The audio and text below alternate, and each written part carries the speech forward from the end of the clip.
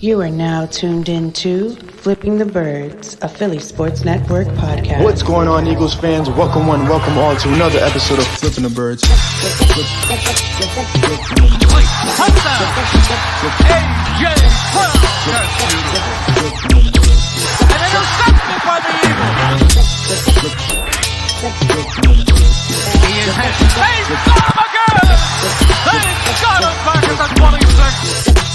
He's into the end zone. Touchdown, Eagles.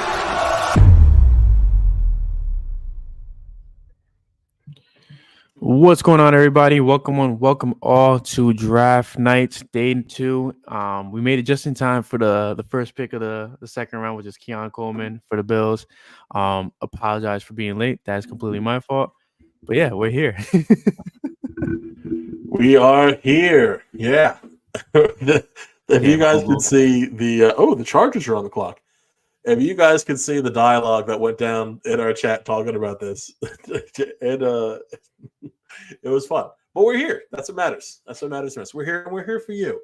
We're here for you. So absolutely. How's everyone doing? Hope everyone's well. Everyone who is here, we are early. So thank you for joining us early.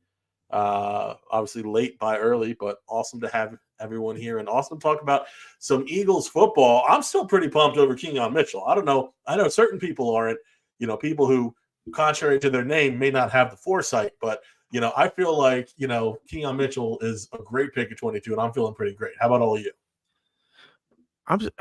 I don't get the conflict. Like, for years, we've been asking for a number one cornerback, and we get there and it feels like people, it's like Ocho Cinco said, people just want to pull names out of a hat and pray that, their guy, just because they have a cool name or they have the Alabama background, and they're the ones. But, like, you got to look at the film, man. Keon Mitchell, like, he's just such a pure cornerback, and he's a pure number one cornerback. This isn't a guy that, has to, take time to develop. This is a guy that he's developed throughout his years in college with his consistency at that, in Toledo. That's led him to this place, and it's just a perfect fit. I do have a personal request for Zach and Liam for this podcast. I made a promise that I don't want it to be hollow. Is it for me to rub your head for good luck? Because please let that be what it is. Close enough. My daughter is here with me, to the left of me, on her couch, and I did promise her that when the Eagles do select, she could say what the pick is, because Zach implanted the idea in my head. For sure. I really hope that I do not forget that and then just shout it out. But yes, absolutely. The plan can absolutely be for her to do it. I would love that. You and I both. What's going on, LJ? I'm good. Sorry I'm late. I thought because the stream started, it said 7:30. So cool, I've got plenty of time. And then realized it wasn't. So I had to hurry up and finish dinner super quick. But no, we're locked in. We're all good. If I do say the pick without remembering to let her go first, I will bet her $50. It's so about you trying to lose $50 this weekend. I don't know what it is. Where do we end up with the bet? Because, like, is it a split? It was a push. Or it was a wash. Okay.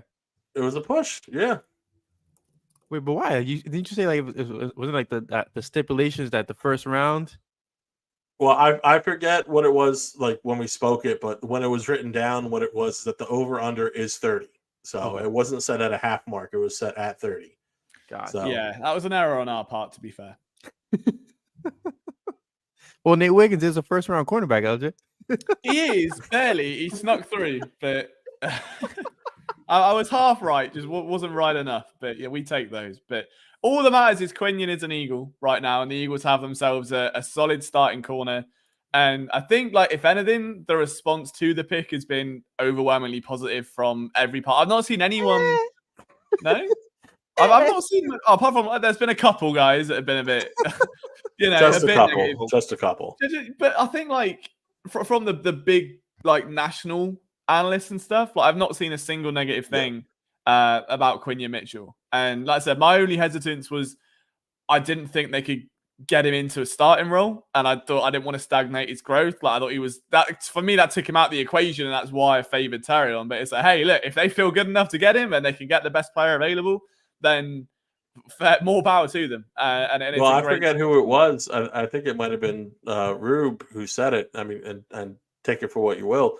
But it seems like the plan is for him to if all goes according to plan, start come day one. So I think, Liam, it may have even been you who was talking about Bradbury as a possible, is it a post June 1st? And that's a scenario that I think that we could see, as this goes. And as much as we all love Keely Ringo, I think that we do have a little bit more faith in seeing, Kenyon Mitchell start on the outside from day one. Lad McConkey from Georgia to the Chargers with the second pick in the first round. Oh, well, they got him a weapon, but I don't know. It's fine. It's cute. I mean, I don't love him, and I'm concerned about the back, because a back with a wideout it screams troublesome. But I just feel like every year the Chargers are another team that seem to have they get all the guys that I like every year almost religiously, but then do nothing with them, and I can't tell if I'm then bad at evaluating players or the Chargers just can't turn water into wine. But it feels like every year they make a pick and I'm like, damn, come on, there's got to be give us one. Yeah. But tonight's tonight. I mean, obviously he was a sat pretty. It would be fun. Well, my prediction is already gone awry, thinking that the Bills may value trading down for one of these wideouts, because there's a lot of depth at the wide receiver spot. And who did they go with? I didn't even see the pick. Who did they go with? 33. They went Keon Coleman. Yeah. Would have traded down if I'm the Bills. The Falcons just traded up. Did they really? What quarterback are they taking? Did you guys read that they tried trading up again in the first round for Latu? Yeah. Oh, wow. So I guess the GM realized it's funny because they could have had Latu had they either taken him at 8 or traded down. And I think people would have looked at it a little bit if you take Latu at 8, but not nearly as much as they did about the quarterback. Yeah, very, very strange. I think that might be, on reflection, one of the wildest first rounds I've seen, but not in terms of a shock picks, but just none of it made any sense. The few picks that made sense, I think Baltimore's made sense. I think Philly's made sense. Lions as well, jumping up for Terry Arnold did made a lot of sense. The Rams did well to actually use their first round pick this year, and they got Jared Hurst, which is really good pick for the Rams. Was it the Titans that came away with Latham? Solid, can't be mad at it. It felt like every team was just we said it before the stream. I was I wouldn't have been surprised if 5 quarterbacks went in that first round because teams get desperate. Yeah. Never anticipated 6, let alone that early, and played out perfectly. Am I the only one who doesn't love the Latham pick? He's talented for sure, but at that spot, he was kind of earlier, right? I mean, it was the top 10. He was 7. He was 7. Oh, yeah. Okay, it was a bit high, sure, but I mean, at the same time, it's tricky. I mean, listen, you like a guy, you go out and you get him. Sometimes it's that simple, and as long as they don't get a repetitive position like Atlanta did, then I think you're fine. But I don't know, it felt high to me. Did you see the press conference when they asked when they told Atlanta Kirk Cousins' agent's reaction? And what they said was yes. I've never seen anything like it. Felt genuinely like doing a Madden draft and go, oh, I've already got a call I forgot about him. Oh, I just signed him. Oh, he's a free agent. Why have I done that? Let's restart, do it again. I'm not having that. We'll take the running back. I wasn't ready yet. Yeah. Often on PFF, when I was I already drafted a defensive tackle. I can't draft 3 defensive tackles. I got to redo the whole draft now. Yeah. I will say too is that you look at this situation in Atlanta and that press conference. I was just waiting, almost drooling. I just wanted to hear the word quarterback factory was what I really wanted to hear come out of their mouth. They never said it, but I was really waiting for them to be the next quarterback factory down there in Atlanta. Falcons took a defensive lineman out of Clemson. Forgive me. Rook or oh, they took Rook? Yeah. They took Rook? Oh, I love Rook. He has. Listen. Do you think he'll be the rookie of the year? No, because he's raw. But what I will say is that he may have the best tools, pure from an athletic standpoint, the best natural tools of any defensive tackle in this draft. I mean, even putting it over Byron Murphy. The problem is that he's so raw, but this is a guy who, if he can figure it out and under the right tutelage, you're talking about an all-pro in my mind. That being said, we'll see if Atlanta is the right situation for him or not. Do you think the Eagles a far-fetched idea, right? Philly trades up and drafts Cooper DeJean. I wouldn't put it past them, honestly, at the rate that he seems to be falling. But I don't know that they'd have to trade that high. Yeah. Is the current thing. So You if think he he'll falls to fall? like, if he goes to 40, I think they'd consider it. Interesting. If he really falls, I mean, there has to be something wrong. And I mean, I'm trying to say this in the nicest way possible. What can possibly be wrong with him? I wasn't a big fan of him just because I feel like we didn't need a hybrid Yeah. player like that. We needed the pure cornerback at our for our needs. I would wonder if that might be the issue. Just Okay. that, because obviously, when I first heard of him, he was safety. I started watching tape. He was a cornerback. You start reading evaluations, and it's like, oh, he does a bit of everything. And a jack of all trades, master of none can be great if you're in like the right scheme. Like if you look at someone like Tyrann Mathieu and how he was used over the years, and he kind of became that staple. Malcolm Jenkins was moved around quite a lot. It's hard to bank that on one guy and expect him to do well at everything. And Cooper, as a corner, didn't excel. As a safety, hit hard, and he didn't need that speed. And the nickel, I think, to me, I said the other night, I think he's best as a nickel cornerback. And if you are going to limit him in that scenario, in a weird way, it's they're not the same player in the slightest, but that Justin Jefferson thing of why he slipped a bit and the Eagles went Rager is because, well, he might be limited to the slot. And then it turns out the Vikings are able to go, well, he's not. And they've got an absolute generational star. So it could well be one of those scenarios. But it wouldn't surprise me if just that, the versatility and how he's projected as a safety, but most of his reps are at corner, may have factored into that. Like, if you want a safety, you get a safety. You want a corner, you get a corner. I think like it's at that high. Like if it's round 4, doesn't matter. It's round 1 and 2. You need those early hits. Yeah, I mean, I don't disagree at all. I'm just baffled with it. You brought a little PTSD moment as well with the Justin Jefferson stuff. But I did mention that, like, it felt like he was the Rager pick of this draft, where it was kind of like, nobody knows what to do with him, but he's really freaking good, guys. I promise. Just trust me, bro. Like that's how it felt. But I mean, Eagles drafting him in the second round, lining him up as safety for the future. You have a guy that can do it all, and you still got your cornerback on one in the first round. I mean, that would be a hell of a start to the draft. Yeah, the beauty of adding him in the Eagles scenario would be that you've got Chauncey and Reed for a little bit, but no disrespect to Reed. When Reed is playing alongside the equivalent of myself and you, Brian, no disrespect to us at safety, he obviously looks very good.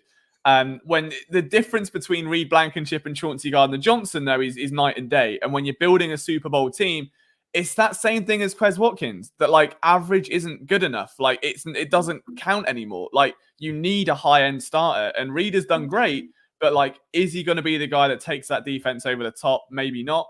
You've got Sidney Brown in there developing, hopefully recovering fully from what was a really upsetting injury towards the end of the year. You bring in someone like Cooper DeJean, and you're all right, well, you've now got an insurance plan at safety. Maddox is only here for 1 year. If he goes out and maybe Isaiah Rodgers doesn't transition inside, maybe Tyler Hall isn't it, you've then got a backup there as well at nickel that, again, I think he's quite suited to. So it does add some flexibility. If the pick's right, if he's there at 50 and 53, I think that's an absolute no-brainer, and it might well be one of the steals of the draft. But moving up for him, it's one of them. Like it's always a safety. It feels it's a safety every year where no one really knows why he's dropping, and he'll drop down to round 2 or 3, and then it turns out there's some random reason. We go, oh yeah, I forgot about that, and then that'll be it. I'm glad you said that about Reed Blankenship as well. Sorry to interrupt really quick, but I'm really glad somebody finally said about Reed Blankenship. But go ahead, Zach. Yeah, can we put up Gregory's comment real quick about James Bradberry? I just want to address that real fast. Here we go again. Johnny Newton going to the Commanders. That's a defensive lineman. Shocking. But according to Over the Cap, the hit pre-June 1st, if you trade Bradberry, is like a $9.5 million hit that you're taking. Post June 1st, you are saving just over $1 million. I think it's 1.2 million is what you're saving there. So that's the cap ramifications of trading it. So post June 1st trade for Bradberry sounds about right. Probably when somebody loses a corner to injury, ahead of the season. I mean, it'll be all right. It'll be serviceable in a team. It's just, again, it's not great. And he does have a tendency, and I don't know if it's just me that spotted it. He was great in New York, and then he got a massive contract and fell off. And then he played very well in Philly, got a massive contract, fell off. And whether it's just, coincidental, I'm not sure. But get on a proving contract somewhere, you're gonna have a Pro Bowler on your hands, so someone's gonna take him. But yeah, I think post versus. Would you guys be against keeping him? I mean, we know Slade can't stay healthy for a full season. Okay. I think we now after the Quinion pick 100%, because the worst case scenario is, oh no, Quinion goes down. You've got the same backup you did when Bradbury was here anyway. And there is far more upside. So, like, even if Quinion struggles as a rookie, even if he's not up to the speed we thought he might be, it's a guy that is in his first year that is going to get better through reps, and you need that. James Bradbury, there is no excuse for being upwards of 30 years old and just not having that. So I would much rather prioritize the youth. Like, you're trying to sustain a Super Bowl window, and if you draft players and don't play them, they're not going to be ready. So give Quinion the reins. And Jalen Polk. Patriots just took Jalen Polk. That was one of my receivers. That see, when you said that, it made it seem like they took Edrin Cooper, and my heart felt. I can love multiple men, Brian. I'm not bound to one. Yes, baby, that is allowed.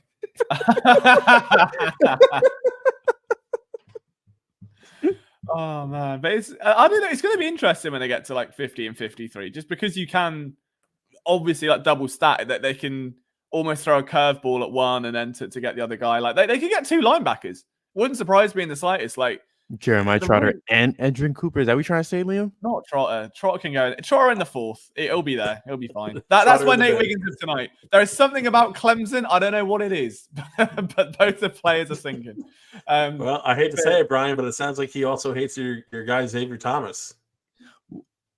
I feel like Xavier Thomas has not gotten enough love. And you know what? I got so excited the other day when Zach gave me access to PFF. They have him ranked, I think, like the 86 prospect in the draft.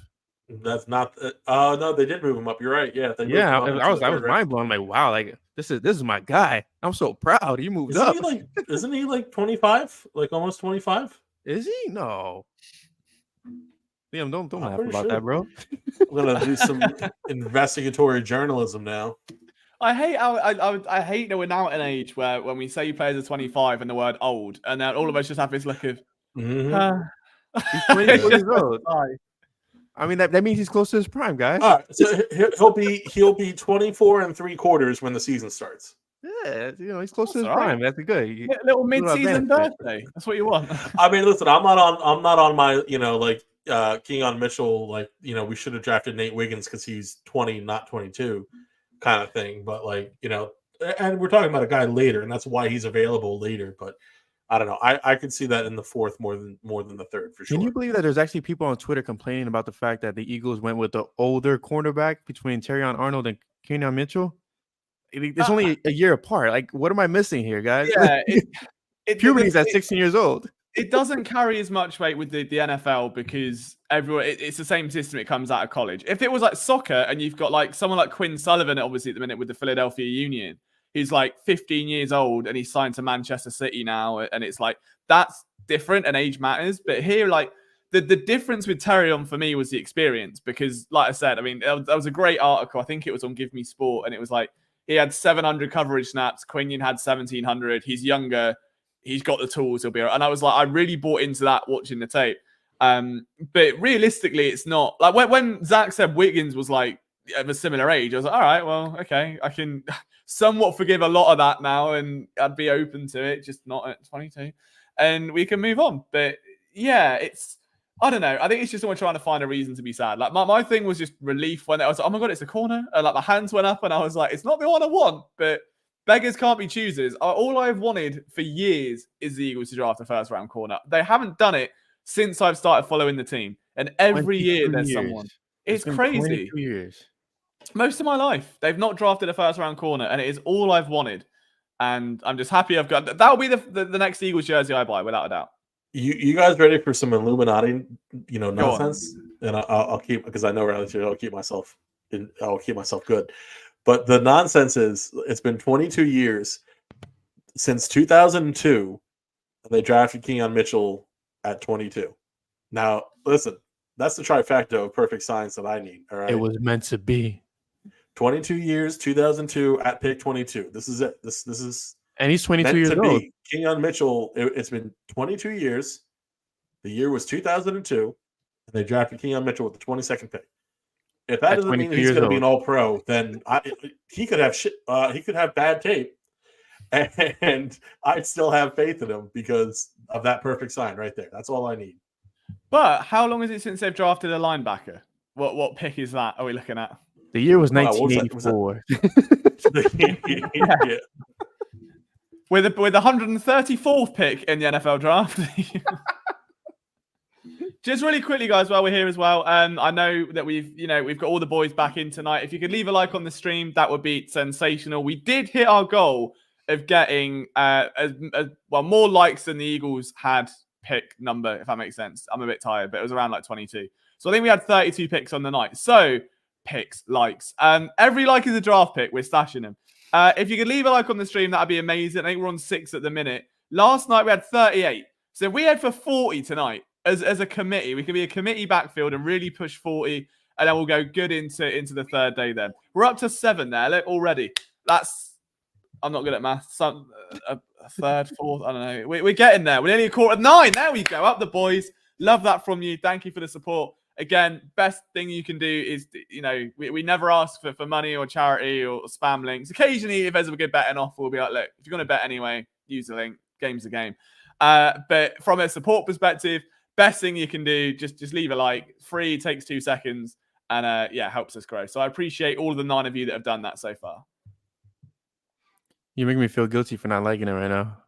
I'm fuming. There's already a written warning coming. I feel peer pressured right now.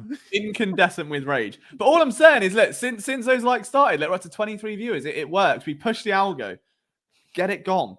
Want it out. If you don't like the stream, you're a Cowboys fan. Kent makes the rules. I don't. He said it, not me. So if you don't like it, you're an embarrassment because you're a Cowboys fan. And we don't take that in this stream. So change it now, or we're going to kick off and we're going to have some issues.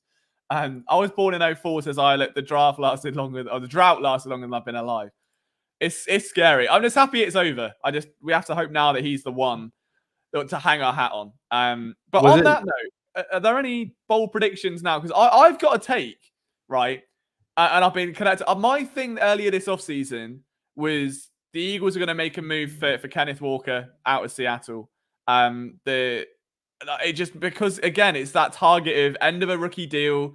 They've got Zach Carbonara in now running around with his bacon cheesy pasta. He's having a hell of a time. And the back becomes expendable. So they need to replace him somehow. The Eagles then just give cheap assets. They did it with Swift, did it with Howard. But Kenny Gainwell is also in that situation. And Saquon is now in this backfield. So I feel like Kenny Gainwell gets moved at some point over the weekend. That will get the Eagles back into the third round. I don't know how, don't know when, don't know who, but I've got a feeling that there's something about Eagles and running backs on the end of their rookie deals, and they either get value or give it. And I think with Saquon there, you're asking for a limited role anyway. You can ship Gainwell off and get a rookie running back that will cost cheaper for like 4 years and do the same job. So you don't need generational backs behind Saquon. So Kenny Gainwell in addition to a pick to a team for a third round pick. Yeah, or whether it's probably 120 up into the third round, 120 and Kenny G into the third. Wait, we don't touch 120. 120 is prime Luke McCaffrey. So real quick, T'Vondre Sweat, Josh Sweat's brother, just went to Tennessee.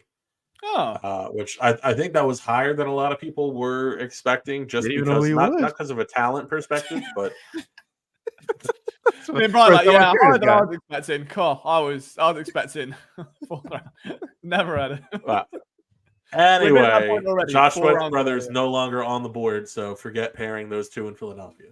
One thing I do want to say just about Kenny G, though, is that if you do trade him, you have to draft a running back because Saquon is the only back. I guess Kennedy Brooks is still here, but other than that, like, there's no backup. How do you feel about that kid, Isaac Guerrero? Was that the we random? There was one we randomly found on stream. You're looking at the depth chart, and I've never heard of this man. How long has he been on the team? I do not remember him ever being in training camp or preseason. He's just there on the roster, and I was like, okay. Brian, the guy you're talking about is out of Louisville. Oh, you're talking about? Oh, wow, Lou Nichols or That's the Tyrion one. Davis Price? I think those are just futures guys, right, off the practice squad. Like, I think they've just spawned in some NPCs that they need to fill out the roster for the offseason. They just made some generic guy.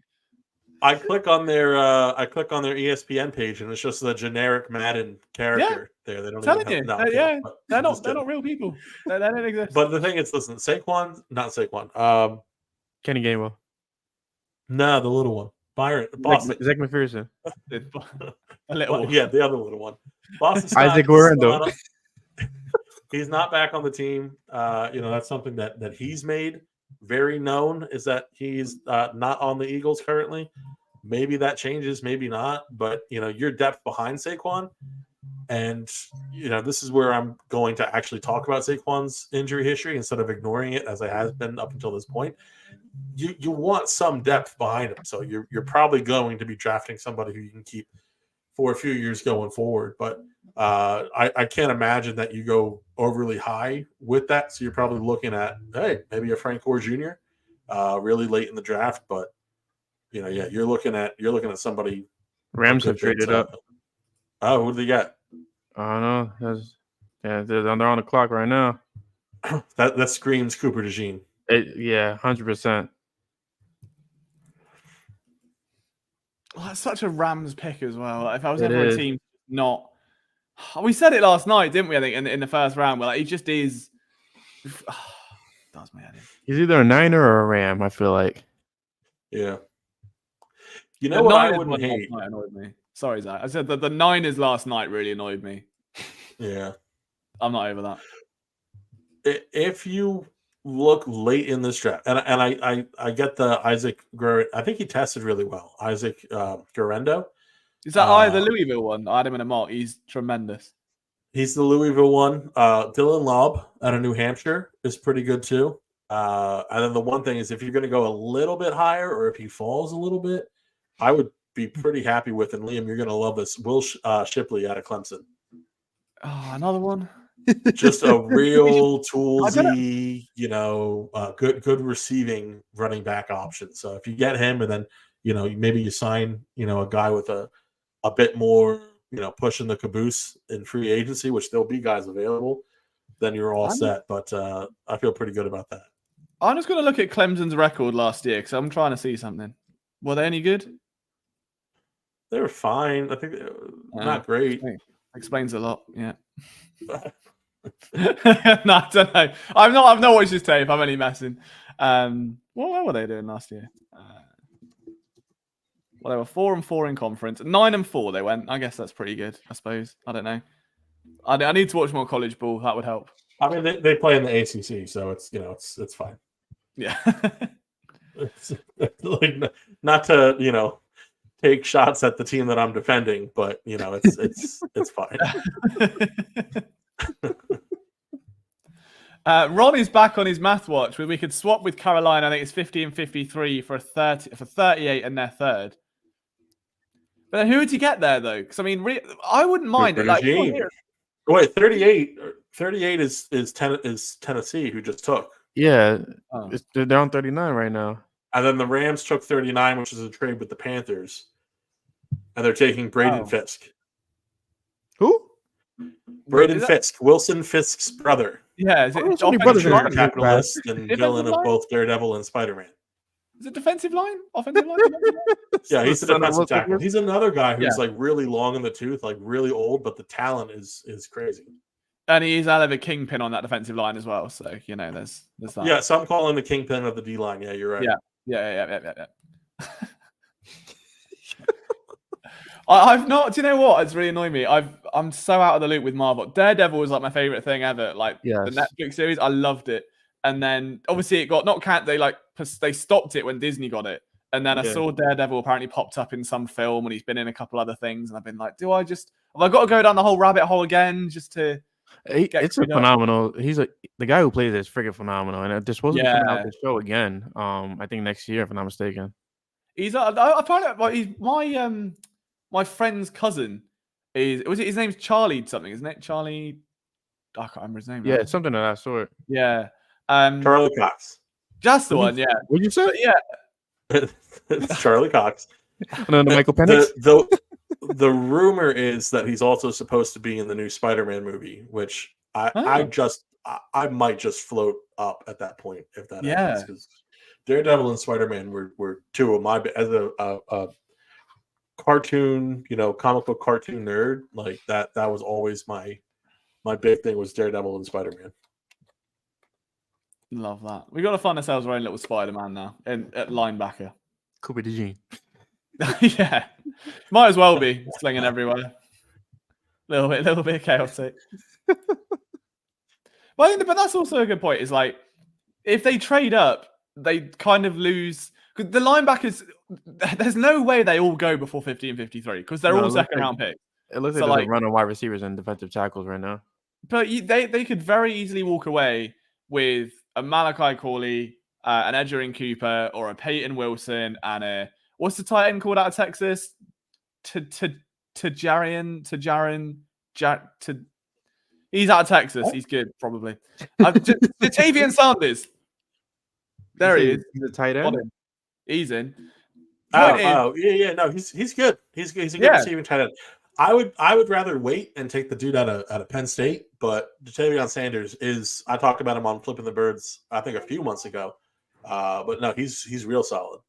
Yeah, so they've got so much options. He was on the clock. Oh wow! Whoa! Get your daughter ready. Don't redo it. I helped. I kept it in, and you have to do the same. I know. I got 2 happy. Hold on. I'm calling her over just in case. Rule is no one ruin the pick. We're getting our own guest announcer for this one, so when it does come in, we've all got a hunch, which it would be huge. And if Riley announces this one, she might become a new cult hero of PSN. Come here, sugar. You can say hi, of course. They can hear you. Hi, Riley. Hello. Hi, Riley. How are you? Good. Yeah? Are you excited? Yeah. Oh, It's my first time. You guys get a sense out there.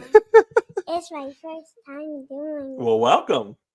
it. I want to say one thing, and that is I did say once they get to 40, that's when you look to trade. So let's. But I wonder what they remember gave that. up to move up.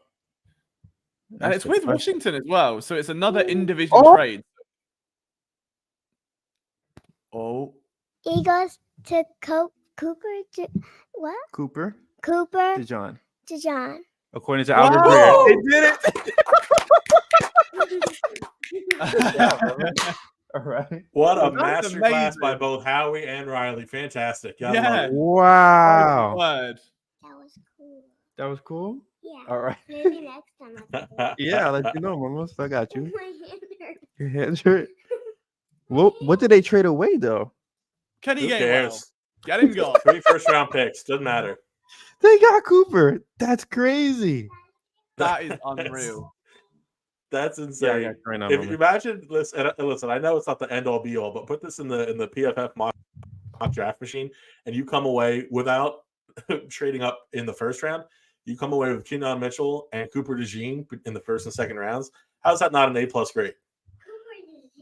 It's I'm stunned. I'm That is I'm such blown a good away, like- pick at that Ugh. range. but what did they give up? No, nobody's Wow, 50, 53, and 161, and they got 40 and 78. So they're moving back into the third round.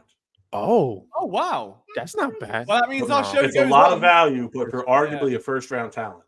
Wow. All right. Yeah, I'll that's get, wow. I'll get the Cooper piece up now because that is how he's just having fun. He's just not even thinking about it. He's just having. And it. you know what? The one thing I love about Cooper is that he's sharp. Yeah. Go ahead, go use. Say goodbye. No Bye. love for the Riley. cheese joke. Bye. Bye. Hi, Riley. Sorry, I'm gonna stay right here. You gonna stand the whole time, girl? We've got a new co-host now. A new FTB regular coming on. You don't want that chaos. Where'd you go? Oh. Right here. I'm stunned at that pick. That is. I was saying it. What if they did and they actually wow? Like, do you guys feel like 50 and 53 is a bit much though? I mean, you gave up both your second round picks.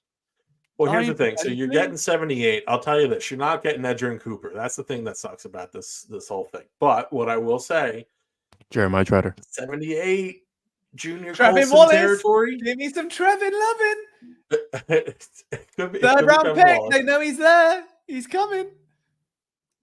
Malachi Corley, possibly. Yeah. Okay. We can I cook a wouldn't bit. hate that. Howie You is go possibly get Patrick Paul if you do want to go O-line.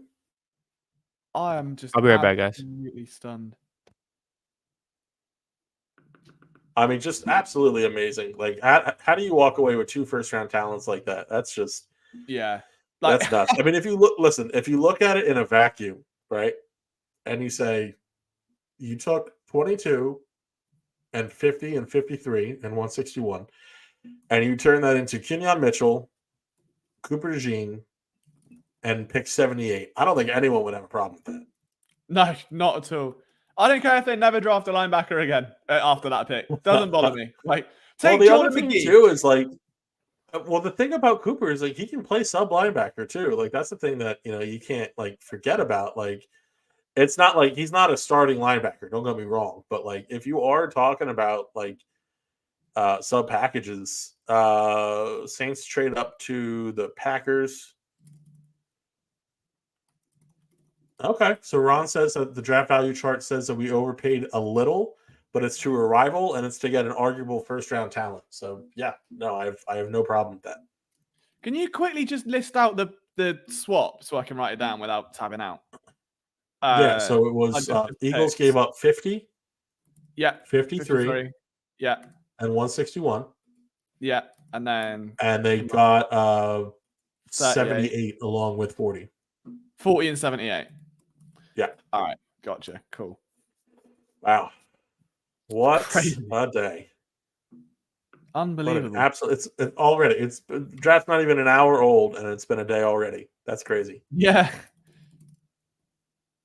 I like how things are moving a bit faster than yesterday too. I'm not mad at that, I'll be honest. Well, it sucks when the pick gets announced 30 seconds into a team being on the clock and then you've got 9 minutes of filler for no reason. Yeah. I'll take Cooper DeJean. I'll tell you that, though. That is not bad one bit. Okay, we do Carter, Nolan, then go Mitchell, Cooper. Amazing. Yeah, no, I agree. That's amazing. If Nolan Smith shows anything like what the Eagles were expecting when they drafted him, I mean, that's some great young talent on this defense. And then you get a Jordan Davis rebound here. I don't know. It's looking pretty good.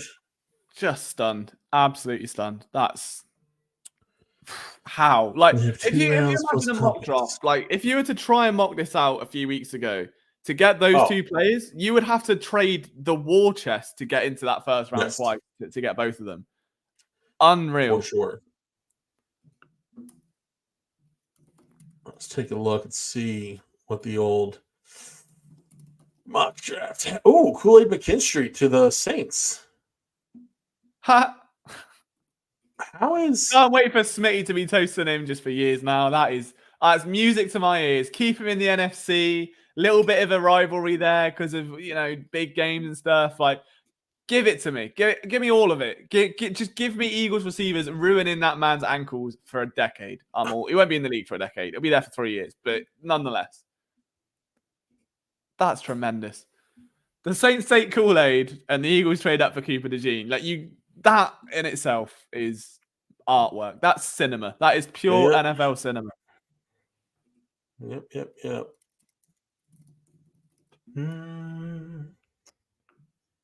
How do I? Oh, that's not it.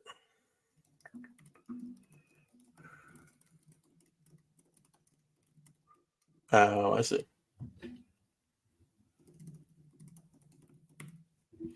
Oh, wait, what happened? Field Yates deleted the Cooper pick? Field Yates apparently deleted the post he made. I don't know, probably just a typo, but okay.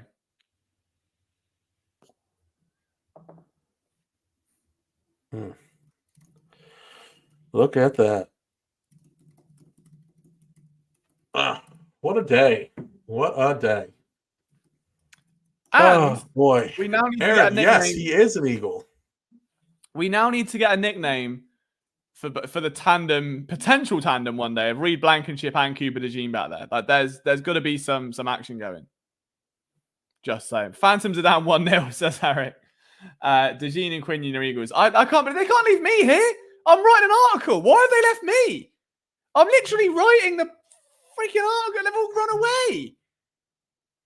Oh, run away. Brian's muted. I can't hear Brian. Sorry. Oh, I said I'm right here. I said feed the little monster. Oh. What did I miss? Zach just ran off, and I was like, I can't host. I'm trying to speed run as fast as my little fingers will carry me. Hey, the what? Saints drafted Kool-Aid?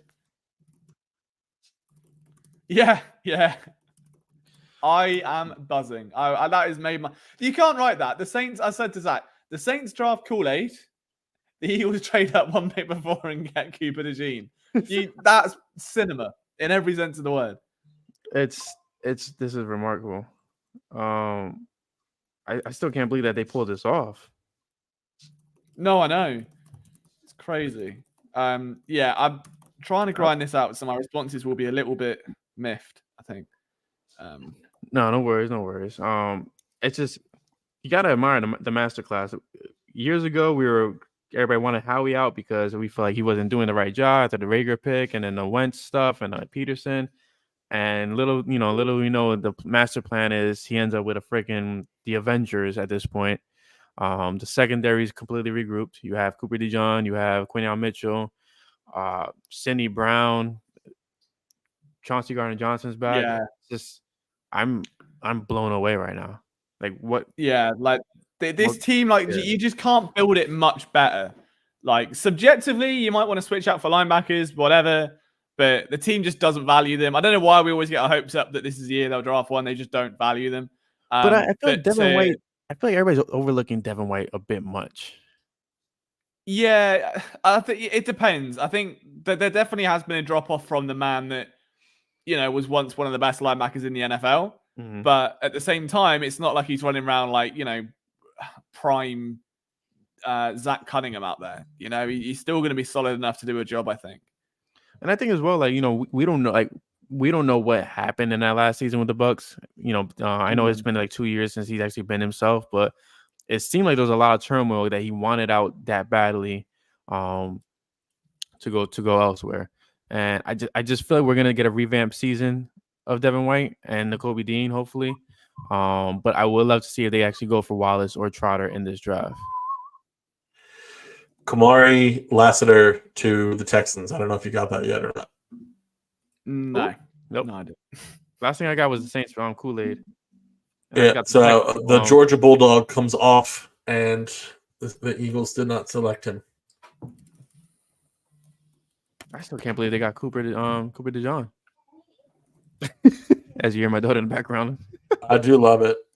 There's got to be either Cooper DeJean Mustard or Cooper Sharp. Like, there's got to be some. I need a food nickname here. I need something. Which, can I just say real quick?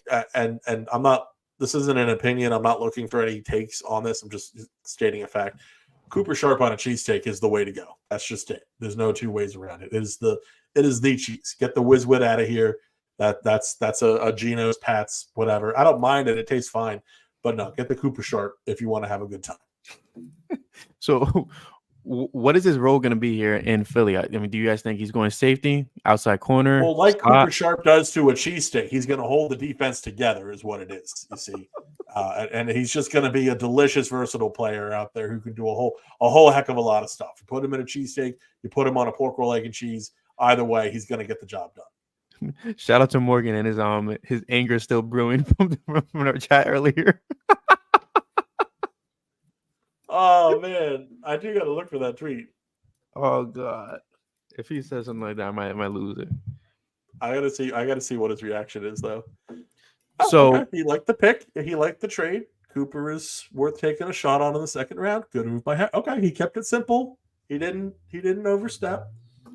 That's fine. So, I mean, obviously no Justin Simmons this offseason. I guess we could throw it out.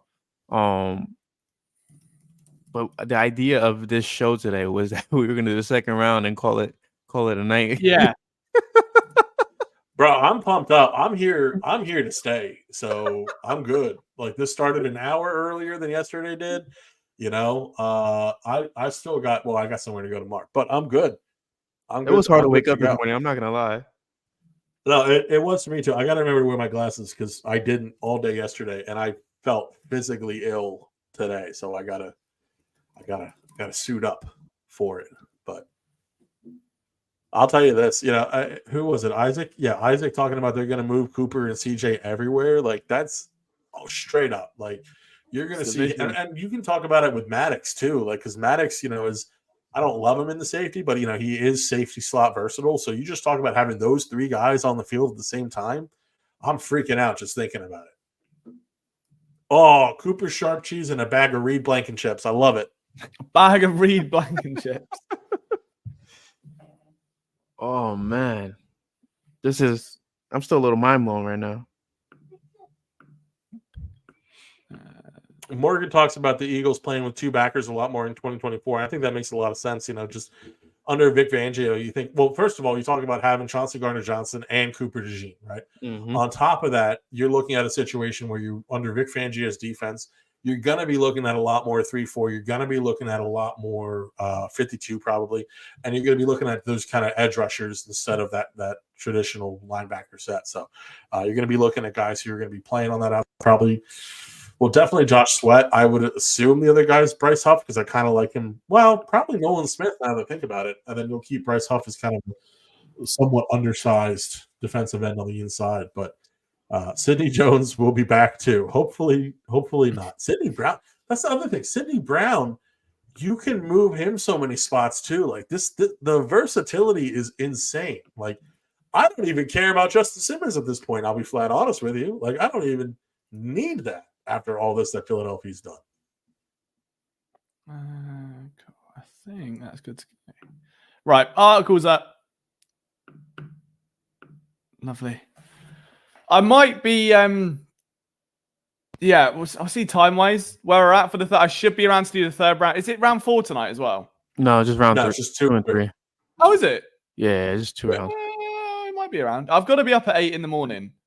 Well, I've got to be up at like 7:30, but see how we go. Well, that's 3 a.m. our time. Yes. Okay.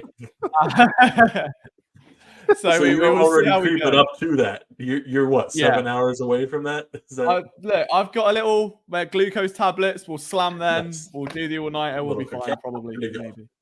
What time did you get up today?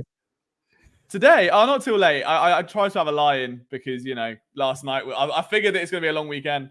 So I didn't get up till like 9 a.m. your time. So like 2 p.m. my time, which is normally where I'm up and about. The good barometer of when I'm awake is when the PSN newsletter goes out. If it randomly hits your inbox at 5 in the morning. I've noticed that the time switches up on that. I was wondering about that. Yeah, you know? That's when Liam wakes up. It's the first thing I do. So if it hits your thing at 12 p.m., there's issues. Couple updates here. So Arizona took Max Melton. Obviously a lot of people talked a lot about Melton. Arizona needed a corner, and Max Melton was one of the most highest rated corners in the draft after the big three and Kool-Aid. But you also look at Vegas after that, and they took Jackson Powers Johnson. So that's a real quality pick for Vegas there. They still don't have who did Vegas Adams, but Jackson Powers Johnson. Oh. Yeah. That's a good pick. Yeah, that's really good. Yeah, he's a first round talent. Thought he could have been like a fringe first round guy. I didn't mind him. And he just got such a chantable name. Like that is prime like English soccer. Like Jackson Powers Johnson. It's built in. Like he's built for the wrong sport. Even with the less sophisticated American chants, like a JPJ, like that's like it's true. You know? Yeah. What a night! The vibes are just immaculate. You can't get better than this. Cooper, is there a genuine scenario that you could dream up for this draft that would be better than what's happened? Yeah, I got one for you. Go on. I haven't thought about it yet, but I'll get there. But I'll Bro, here it is. Edgerrin Cooper falls to 78. If that, That's I mean, it happened. I think that happened in my mock, if I'm not mistaken. You were like, they set it up. Yeah, it's like that. 82. And I was just like, bullshit. It's possible. You were like, it took Trevin Wallace. Yeah, because you got Edgerrin Cooper falling to 82. Do you know what's gonna? I've got a really weird feeling now that they are gonna end up drafting Jordan McGee because he's a Temple kid, and it's gonna ruin the whole draft. They can do no wrong at this point, LJ. I feel like they can. Jordan McGee exists. If they take Jordan McGee at 78, no, they can do wrong for sure. They can do wrong. Just imagine that. Wow, he's one of PFF's best players. Ranks 133rd in the class. What are you on about? Took Jordan McGee over Edgerrin Cooper and Peyton Wilson. It's just, oh no, everything's fine. Did anyone watch the tape that was in here last night? Did they get just a little hunch to go and have a look at it, like chat wise? Because I'm intrigued. Well, we'll do it on day 3. We'll run it back because I need you guys to see it. I read last night before I went to bed. My last comment that I read was from Duck saying that Brian's gonna have a laugh off about this when he listens back to it. So I'm very curious as to what chaos ensued after I dropped my last comment. I think it was just the Nate Wiggins stuff. Like the moment we realized he went to 30, and it was just like an outpour of just like couldn't have gone any other way. But yeah, I'm happy. Listen, LJ and I are not meant to war. We are meant for peace. That's it. So it was the only way that it could have happened. What a night. It just started. I know. So they're not on the clock now until, was it 70, whatever the pick is. I'm not the art cup anymore. 70 something? Edgerrin Cooper to the Packers. Wow, okay. It's a bit early. All right, so watch for Peyton. It's not, and my dream is dead, so thank you. Is it 40 and so yeah, pick 78. So what are we on now? 41? 45. 45. This is flying. Never mind. Yeah, I'll be here all night. That's what I'm saying. So but round or day Brian, 3. Are you on mute? Because you are not talking, dude. I need to stop pressing this button. I'm not going to repeat what I said. Away, and I'm like, I can't hear him. I don't know if he's doing a bit or what's going on, but I'm telling you, Trevin Wallace, and I will start they were high on him as well. I mean, I feel like a lot of reports came out about him, and especially him being. I think he's correct me if I'm wrong, the Red Star player that they value. Dude, I adore him, and then it was the same with Arnold. Out of nowhere, they both started getting love. I'm a trendsetter. I don't make the rules. Unfortunately, interesting thing about Vegas, they announced JPJ as a guard, not a center. That's interesting. Hey, Panthers are on the clock. Did you guys see the video of the Panthers owner? I'm looking for it, baby. The Panthers owner showing up at that restaurant because the restaurant had it on the sign to let the GM and the coach make the damn pick or something like that. No. And then he pulls into the restaurant, and the guy there is wearing an Eagles hat. And the owner actually grabs the hat and tries to make fun of it, and then puts it down, and he tries to figure out who the hell is actually the one that put the sign up. Liam, we have to get the merch site back up now and make these Cooper DeJean shirts and not give Isaac a dime of it. We have to do that now. Oh my God, right. Save it because someone's going to be all over that. Get it? But then we can't use the artwork or anything, so I don't know how we're going to market it. What do you mean? Well, we can't use his face because we'll get sued. No, you could do you can use just the name. Just put DeJean and then his number on the back. Yeah. Wait till his jersey number comes out straight on it. DeJean, and then we put something. I don't know. We can work with something out on the front. And Isaac will be none the wiser. His royalties will be. We will call him King. That's as far as it gets. It's a cold hard word out there. I don't make the rules. So we need to dime every month. I do miss the PSN merch store. We need to get some stuff back. I think I literally just made the merch store so I could buy PSN merch selfishly. I didn't really care how much it sold. I was just like, I like the shirts. I like the hoodies. I may have maybe after you, I may have spent more money than anyone on that store. It was just great to have stuff, I like the best thing I had on that site was the pink hoodie where I did the pencil drawing of the Lane Johnson in the dog mask with the red barcode on the back. I loved that. I wore that everywhere. Loved it. Ooh, Panthers took Jonathan Brooks. Ah, oh my God, I would have made so much money this draft. There was for anyone that read the article, it went out on PSN, right? I'll tell you, I'll read it now because we've got time. The Eagles aren't on for a while. I'll go and dig it out. But I made like a draft prop bets piece, and I'm pretty sure every one of them's hit so far, and they're all like positive money. Here we go. All right, three best prop bets for the draft from yours truly. Over under 4.5 quarterbacks. That was straight in. That was never in doubt. Jonathan Brooks. Oh no, it hasn't. No, it's lost. Sorry, that has lost. I said Trey Benson would go before Brooks because Brooks had the ACL. So scratch all of that. Yeah. Never I mean, mind. he's a better back, but the ACL and running backs don't tend to mesh overly well. Yeah. I forgot I bought a shirt. No idea what happened to it. Okay, so running the PFF draft simulator from it updates to the most up-to-date pick. So from Carolina, so 47 was the first pick in this draft, the Giants. Available at 78, Chris Braswell out of Alabama, edge rusher. Yeah. Junior Colson, linebacker out of Michigan. Blake Fisher, tackle out of Notre Dame. Yeah. Tez Walker, wide receiver out of North Carolina.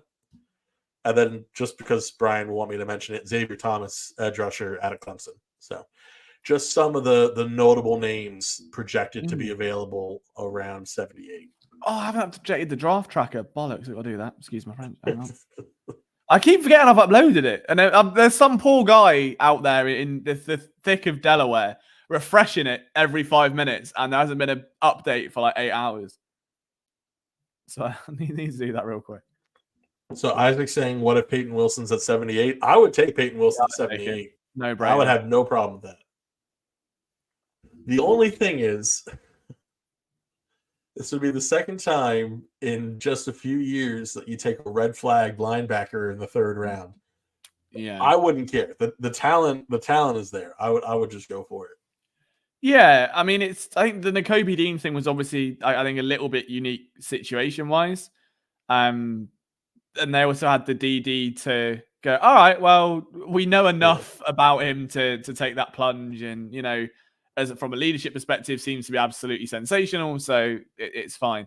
Unfortunately, it just hasn't panned out yet. Like, I think he's because of the label that he had as being this steal, because he was available so late. There's been this, like, it feels like there has to be an imminent breakout. Like, he has to now be a steal and be a Pro Bowl linebacker, and he could also just be a third-round guy. Like, that's totally attainable as well.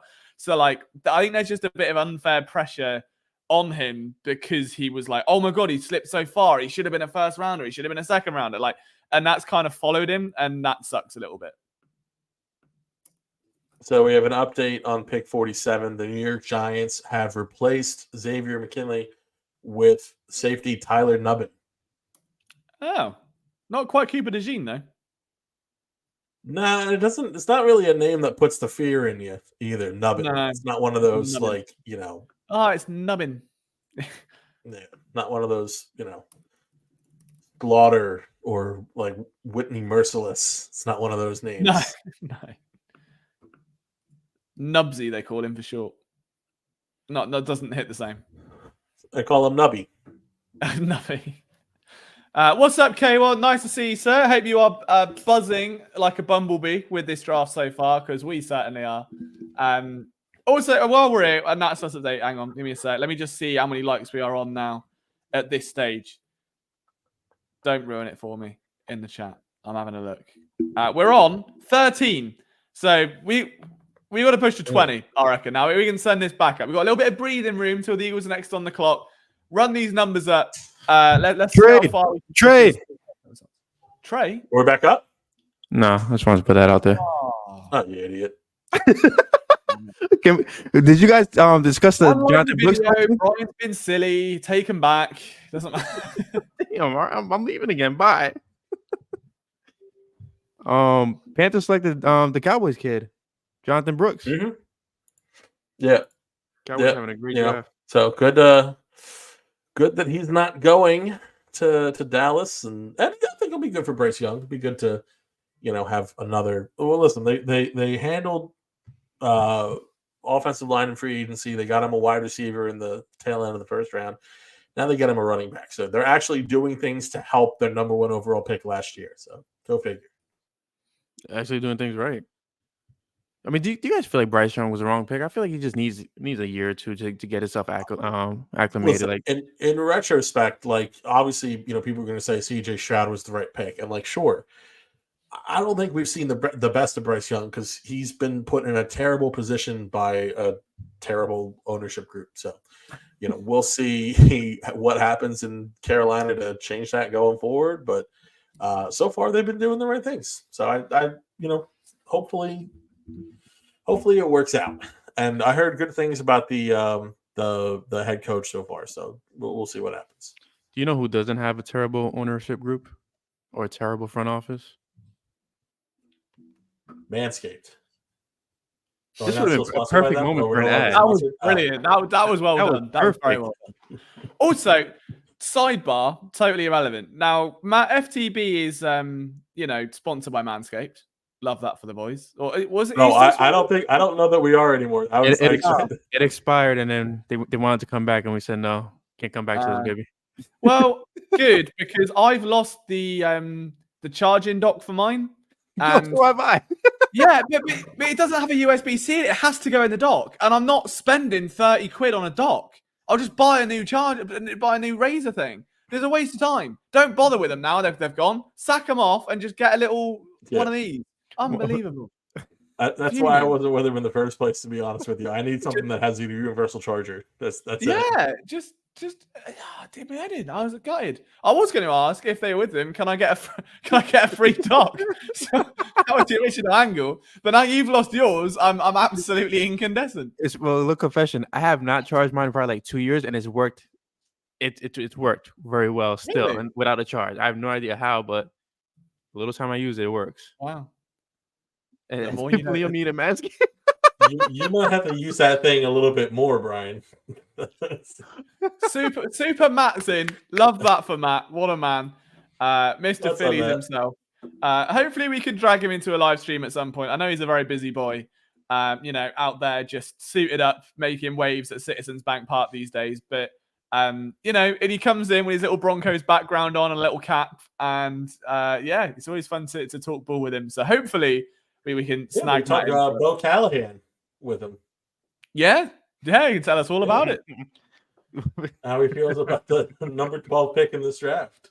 Another head scratcher. No, there's been a few. There's definitely been a few. How about the head scratcher being apparently Malik when Zach put in the Eagles chat, apparently Malik Neighbors and Daniel Jones had a very awkward moment that couldn't go on video. No, dude, that's a West tweet. Who knows West? You can't be sharing that in public. That's a West tweet. Come on. I needed that for my life. Have you seen the video of him getting out the car and he just looks like absolutely miserable, like shaking the hands of like Brian DeBoer and the coaches? It's funny because Giants fans said that about Devontae Smith, and it's been the complete opposite. And now they have their guy, and their guy actually looks miserable. Yeah, he genuinely looks like it couldn't have gone worse. Hey, Tyler Nubin off the board to Minnesota. Oh, actually, no, the Giants actually picked him. I've never thought about that. Like, obviously, being drafted is pretty cool, and it's the biggest thing. You get loads of money, you get to go to a team and play in the NFL. But like, do you reckon there are people that like, obviously, Denzel Mims didn't warm to Philadelphia. Like, are there players that just get me anywhere but I don't know, East Coast or anywhere but West, or just don't put me in Miami, or just don't put me in the desert in Arizona. Like, I don't want to be in the desert. Like, and then a name gets called and it's Arizona, and they're like, oh, for fuck's sake! Like, right, we got it. Really? Yeah, it would be so bittersweet because you don't have any control over it, really. And the amount of stories I've heard as well of players being told by like 3 or 4 GMs that they're definitely drafting them and that they're the guy and all of this, and then only for none of them to do it and they end up going undrafted. That's also a part of it as well. There's a lot of like noughts and crosses, I guess, between GMs and prospects and things. So a couple picks have been made. It's funny. Jacksonville, I think they may have reached, and they took Mason Smith. And then the Bengals went and they took Michigan D tackle Chris Jenkins, who I think is a much better prospect than Mason Smith. So I was surprised to see the Jaguars pick Smith instead of Jenkins, but now both are off the board, and we're continuing that run Brian mentioned on those D tackles. So this is not looking too bad for Philly. Jenkins had the better name. That's all the differences, you know. That'll make the rules. Mr. Dead to me announcing the Giants pick is funny. So I don't see the graphic of that the Giants defense, and it sounded so intimidating until you just see Nubbin at the end. Like they're all these graphics up, just Thibodeau and like big mean nasty names, and then Nubbin. It just ruins it a bit. Just look for name power. Cooper DeJean sounds like a. See, you can tell me, Brian. When you were naming Riley, was there a point of like, right, I've got a thing. If she balls out and she becomes a superstar, I need this name to catch on. Like, because that's I think where I'll be if I'm naming a kid. I'm thinking, all right, I need like a little project so when they get to school. It needs to be catchy. It needs a little pop, like So my brother, my mom wished that she was going to have a daughter. She did not. She was prepared to name him Isabella if he were a girl. And I told my parents this straight up. I'm a good bit older than him. I told him straight up, Isabella Chavalella is a terrible name. You can't do that. You cannot do that to a child. It's funny because when naming Riley, like our thing was like, okay, like we got to give her a name that like if she's a doctor, like Paige Riley Nicole Cameron, like it's gotta be professional enough, and it just fits perfectly. She hates her middle name though, or she hates when I call her by her middle name because that's when she knows that she's in trouble. I think Riley's such a nice name. I love that name. It's one of my great name. But yeah, I was thinking this. Sorry, go on, Zach. Real quick, did everyone check in on Chris? He's shotgunning IPAs in celebration of Cooper DeJean. Might not see him for a week. Might not see him for a week. Gonna try to have a name and name him Titus and turn him into a football star. Titus Junior's gonna cook. I don't know, man. What's weird is like because I say almost a girl. If I was a girl, my name was going to be Leah apparently. So my parents got really creative and just went put an M on the end of it, and call him Liam. But yeah, like we had this conversation before with like Lizzie, like before the incident, and we were like she wanted to keep if we went down that path keep her surname, and I was like, yeah, but mine's got more. I could have a baller, like.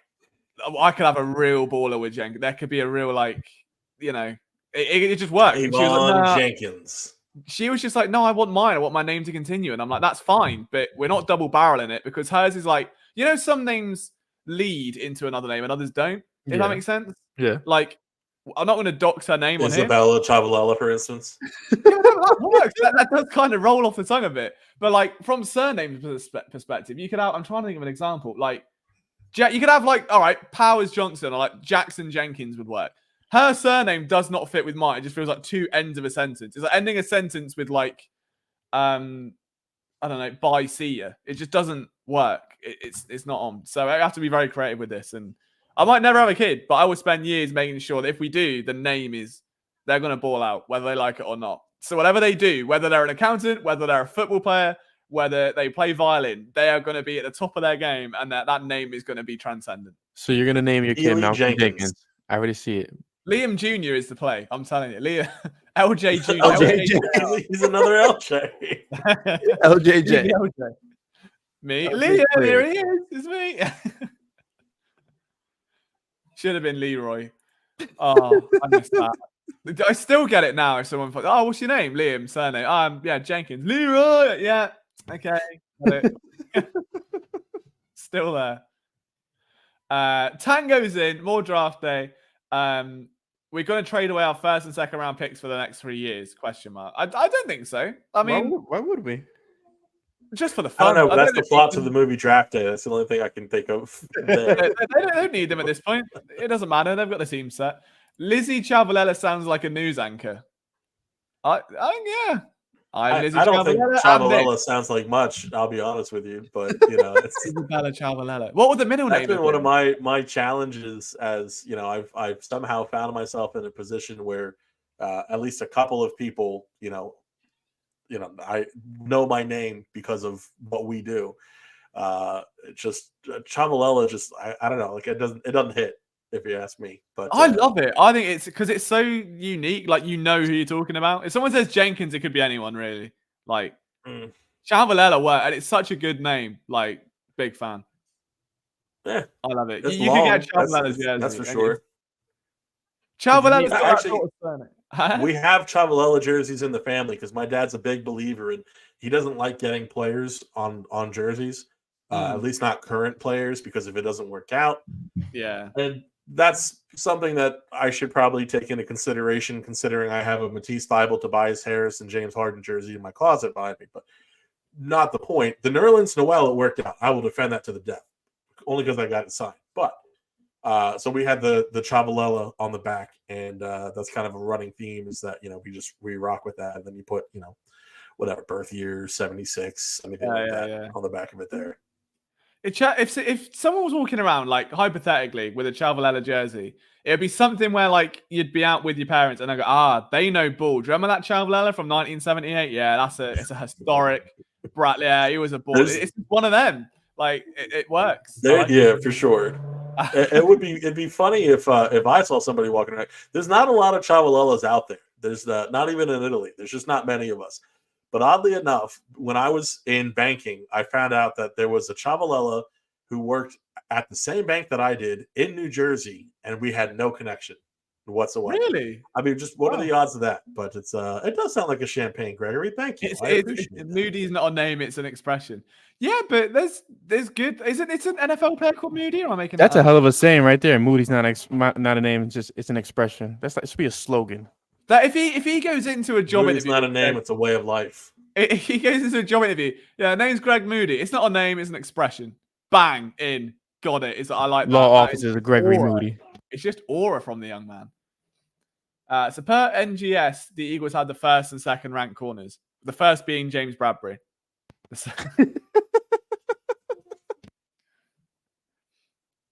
No, it's crazy. I'm stunned they still got in. We've just seen, as it Mike Sainristil? Sainristil.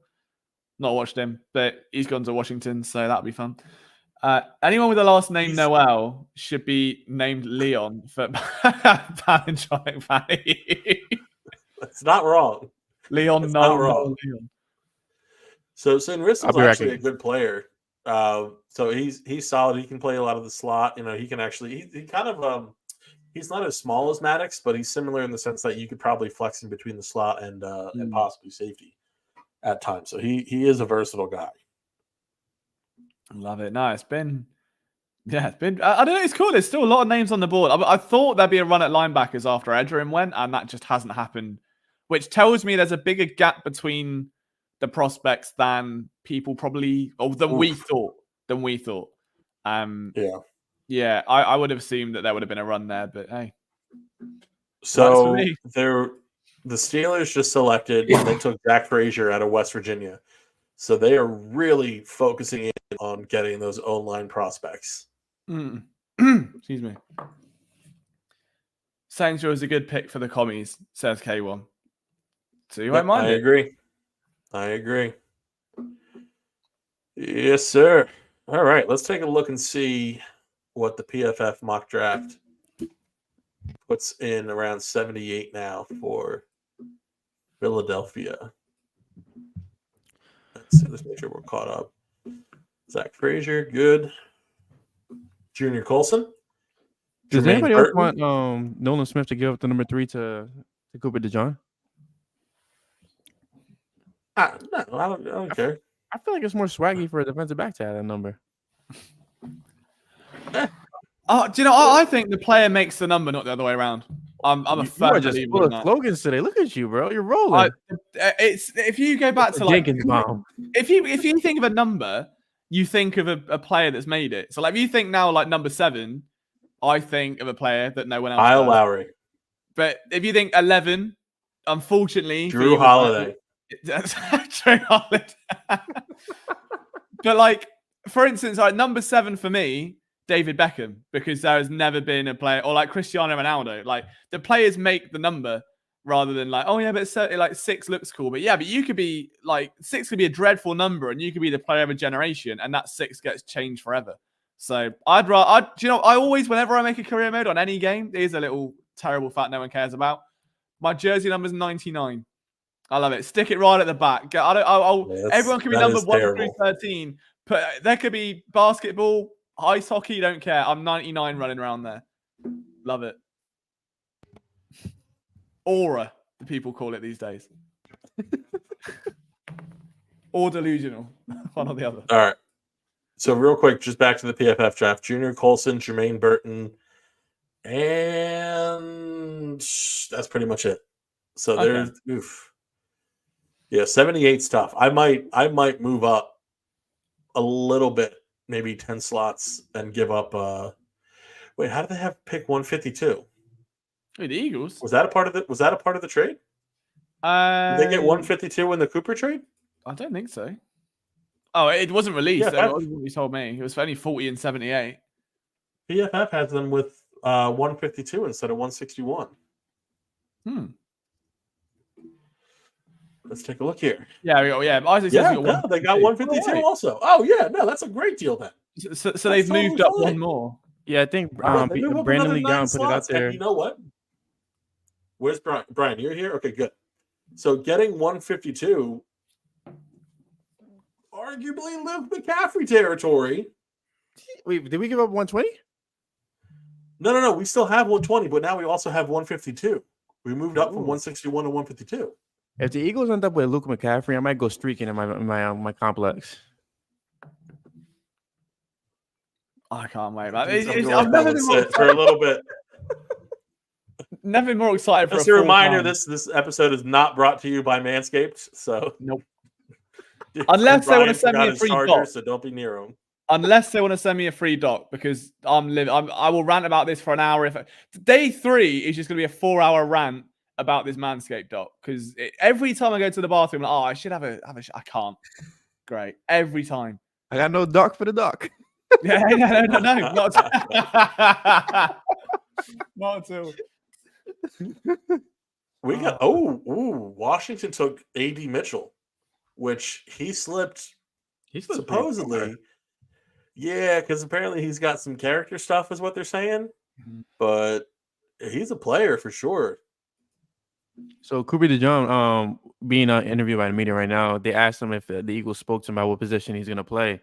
And his response was like, wherever they want, I'm a football player. I'm just going to do whatever they need me to do. Hell yeah. That is the most NCAA 14 athlete level thing. And I love it. Just get him in, put him anywhere. It'll be fine. Wow. Quinyon Mitchell, Cooper DeJean. Who's next? So just to clarify, so it is DeJean and not DeJean. So I've been calling him idea.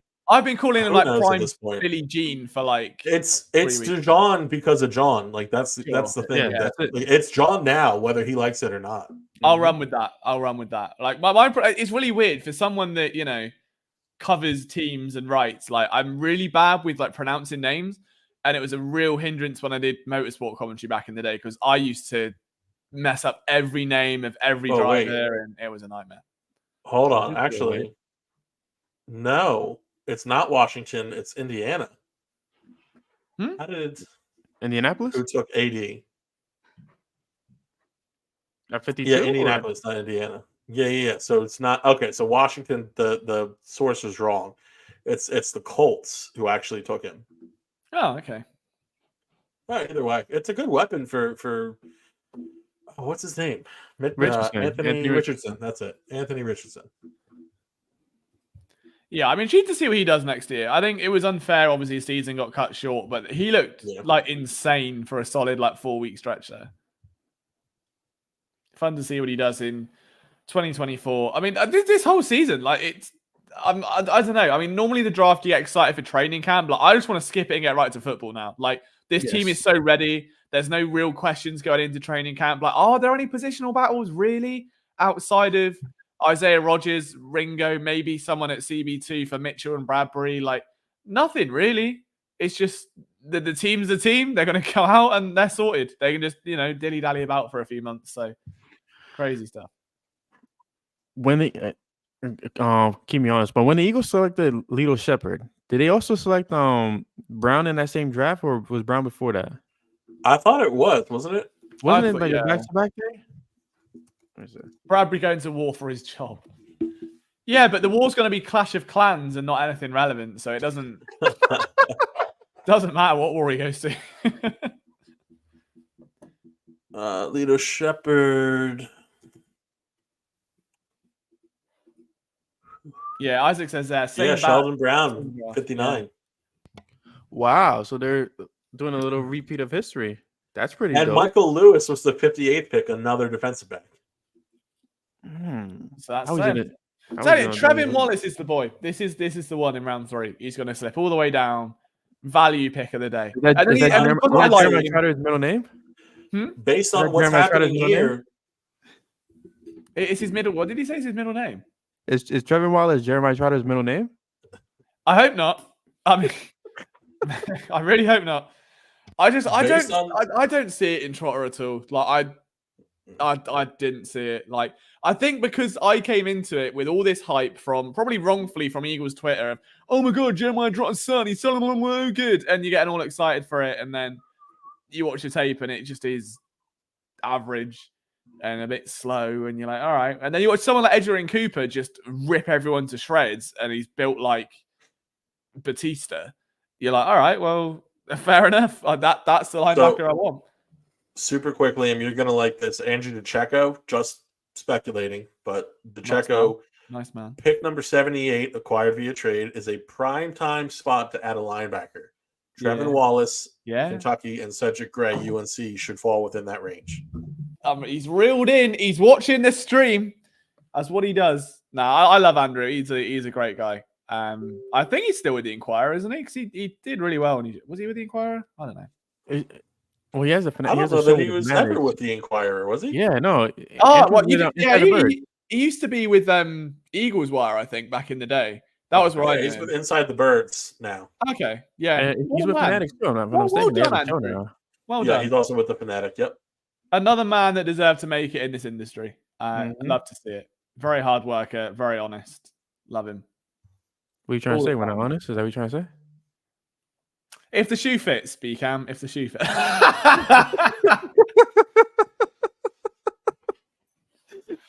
Oh, what a day. Who let us have fun? So I do just want to point out, 2002, Brown, Lito, Lewis, as we talked about, as K1 also mentioned. 78, Javon Bullard, possibly still on the table. 3 defensive backs. In that case, DeJean is absolutely a freaking corner instead of a safety, right? You would think. Yeah. Or he's the chess piece. And you have a straight up safety in Bullard. What does that even mean? What does anything mean? There's no rhyme or reason. Is he a queen? Fell to 22. Cooper DeJean fell to 40. Life is completely upside down. Is he a rook? Like, what is he? Is he the board? Is he the I mean this purely in the sense of chess, but Cooper DeJean is absolutely a queen. Slay Cooper. Yes. I mean, he can play just about anywhere. So he 100%. That would be the chess piece that he is. I think we got to reel that back a little bit. Just move on. We're just going down the rabbit hole now. DeJean will play the Jenkins position. I'm assuming he means Malcolm and not mine, because if he's sat at his computer for 8 hours a day, I don't think that's going to help many people. So we'll see. Malcolm played a lot of sub linebacker. I'm just saying. Don't mind it. A lot of that kind of box safety. See, I always you rather have DeJean in that role or Blankenship? Oh, DeJean. I would have DeJean, and for no other reason than the fact that, and I love Blankenship, that I think DeJean's just a better player. You sunk my Blankenship. Okay, thank you for using my fantasy football name from last year. It's just amazing to me to just watch stress-free NFL draft content. That's the other thing. Like, You don't have to worry about what the Eagles are doing because they're fine. Like, you can just coast through, judge everyone's picks. Like, what more could you want from the world? Commanders took Ben Sinnott at the number 53 pick. Oh, wow. Right then. I feel like I had him drafted later than that. Yeah. I mean, I did hear that he could go above Jatavion Sanders, but I still think it's a little high.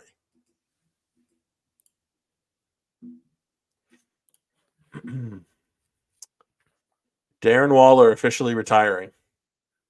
Oh, wow, really? What he did, good for him. Depends who you ask.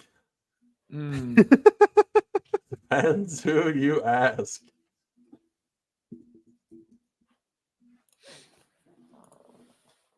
I didn't see Greg's up before I did. That's fair. But we just got a little wait into the third round now, which is bliss. Again, it's just no part. I swear, like most drafts, we are spamming content out of our rear ends because there's so much happening, and the Eagles are trading 50 people and 17 picks, and it's hard to keep track of it. This is just breezy. There's no other word for it. It's very, very nice. So our good friend Pierre of the Philly Blitz, talking about Cooper and expectations, and his comparison is Minkah Fitzpatrick, Kyle Hamilton, Derwin James, somewhere in that conversation. Interesting. In terms of versatility and being able to move around the field, and that, I mean, my mouth's like watering at that thought. That's fantastic. Yeah, it's not much more you could want than those sort of comparisons. Like, Derwin James was the name I really wanted on the Eagles that draft. Like, yeah, he was great. I'm gonna take a little bit of a break to eat dinner. I don't want you in front of Zach's face because last time I got yelled at. So I'll be back, guys. Yeah, no worries. We got it covered, man. We're all sorted here. We're having a hell of a time. Don't you worry. Well, that explains that. So the Knicks fans and Sixers fans have been warring for a good bit. There was a Knicks, I guess, a content creator. I don't even know what you'd really consider him. Talking about they made a hoodie or something of Joel with his face. He's dealing with Bell's palsy. Made a hoodie of him with his face with Bell's palsy. Totally disgusting move. Yeah. And so Philly fans have united and ended him by digging up racist tweets. So that's stupendous. A great end to that story. Yeah. Nothing sweeter. It's just nothing but victories in Philadelphia right now. It's great. It's been great. Literally can do no wrong, like anywhere. I mean, game 4, Sixers a win now just because the vibes are immaculate. That's all you could ever need. Sixers podcast is back. Just got off a recording with Sam DiGiovanni of Clutch Points and PSN. Nice. So another win for Sixers. Yeah. Browns are taking Ohio State defensive tackle Michael Hall. Okay. Oh, okay. I didn't mind that. I didn't mind the pick. He's pretty solid. W Philly fans. So all we know is just W's. Fingers crossed on 2-2. Yeah, I mean, I would love a Desmond. I can't lie, Greg. I would love a Desmond 2-2. You know, it's been a long time. So stupid. So stupid. Yeah, I mean, evening up the series would be huge though for Philly. Yeah, and it was the matchup that the team wanted, as far as I'm aware, right? Like, of all the possible, that was the ideal one, given the path they had to get the Knicks. What, facing the Knicks? Yeah. Yeah, I mean, well, once they were in the play-in, it was either that or the Celtics. So I'd rather let the Heat, deal with them, and maybe you see the Celtics come the Eastern Conference Finals, or maybe neither the Sixers or the Celtics are in the finals. So, So K1 is asking about Braswell from Alabama. I would, especially at 78, I think that's immense value. I would love that. I think that'd be a fantastic addition. I understand that there's needs at linebacker. But for me, Chris Braswell was a guy that I was thinking about in the 50s. So I would not mind that one bit. I thought that Interestingly, Tango said, I thought that Trotter Jr. was a really instinctive and smart player, especially for the third round. He was considered to be a late first rounder even a few months ago. Why has he fallen? I disagree with that, and that might be, I don't know if it's just me. We broke him down on stream, and I just felt that it was very slow reaction based. Like, he hits hard, and that's the thing. But like when it comes to actually, I don't know. Like it was his positioning for me. Everything was just a little bit too reactionary to the quarterback's eyes. Is probably the nicest way to put it. And he would be like dragged out of position, and he'd be beaten in behind. Tackling wasn't an issue. The guy hits like a freight train. There's no worry about that. But just in coverage, which is what the Eagles have a habit of getting linebackers that are brilliant run defenders. Someone like Alex Singleton, someone like TJ Edwards, for example.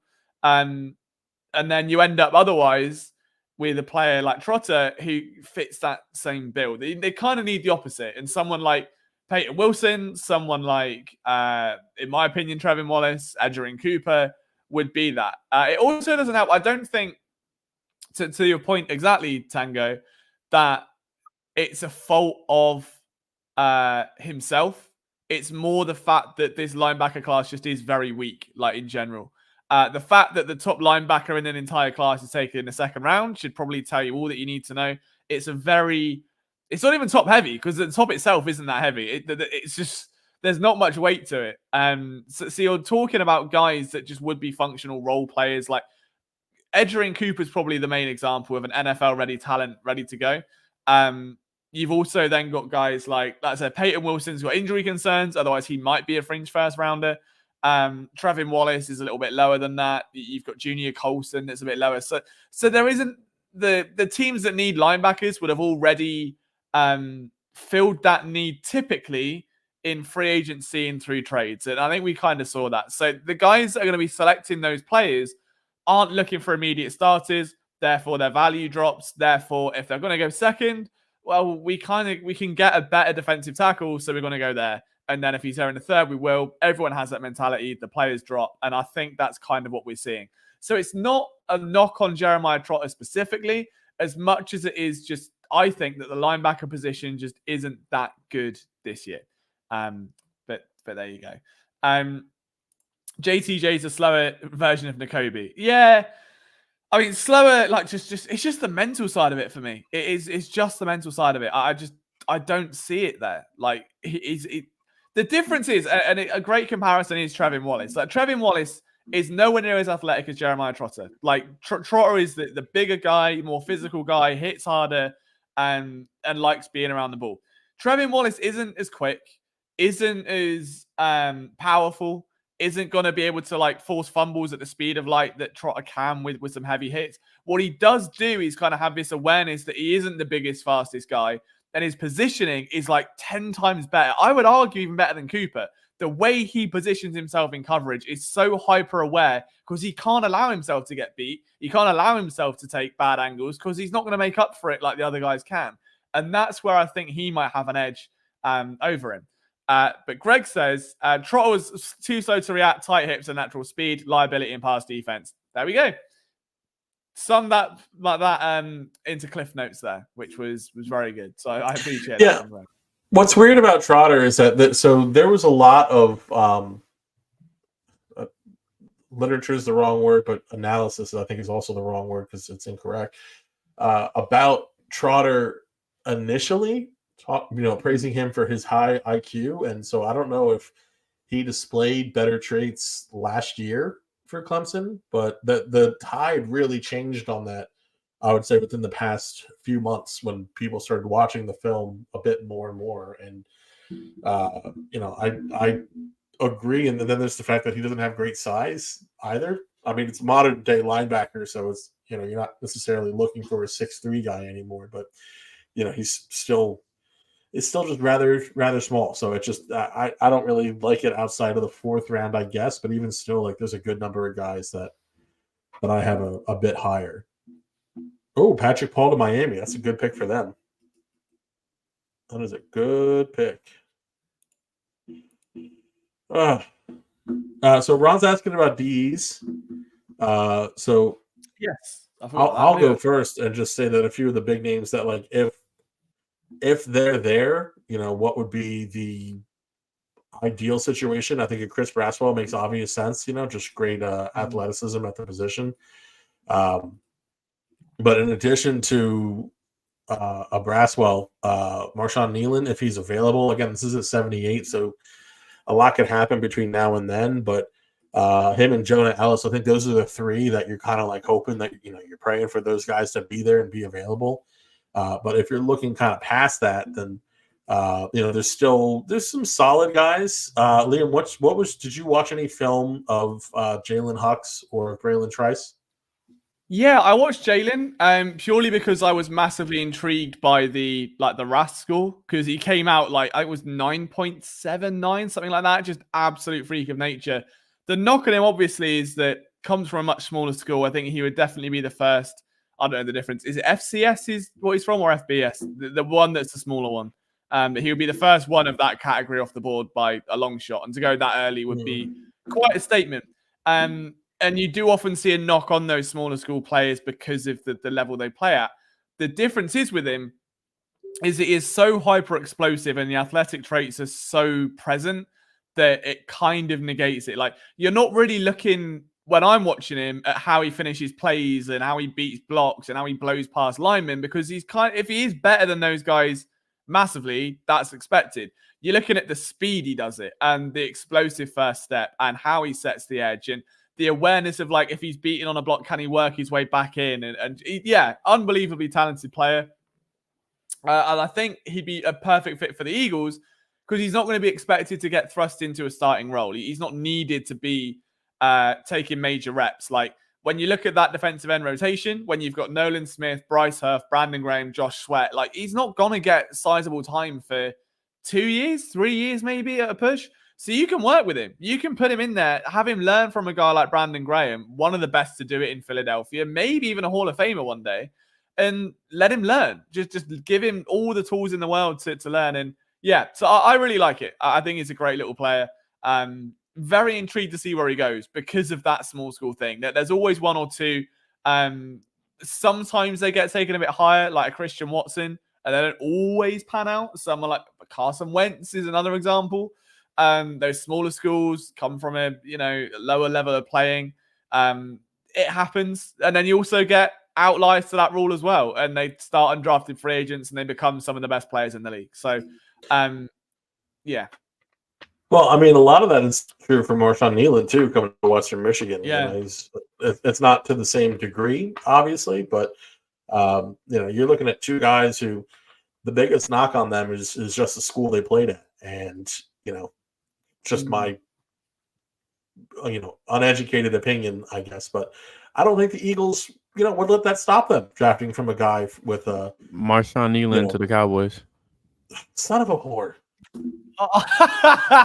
He just comes on and goes. I'm so pissed off. On, drops it, disappears. So good. That's so good. That's so bad. As I was saying, Marshawn Nealon's going to suck. He's going to be terrible. Where did you even see that? I don't even have that. I didn't even get that up there. Trust me, bro. Just trust me, bro. Jake, is that you? Jake? Are you in the comments? What happened to that guy? He comes in, drops inside knowledge, and disappears. Tariq makes a good point. Nice to see you again, sir. Corey Clement went undrafted. A man, he was exceptional. He went to high school with a friend of mine. Yeah, he had that.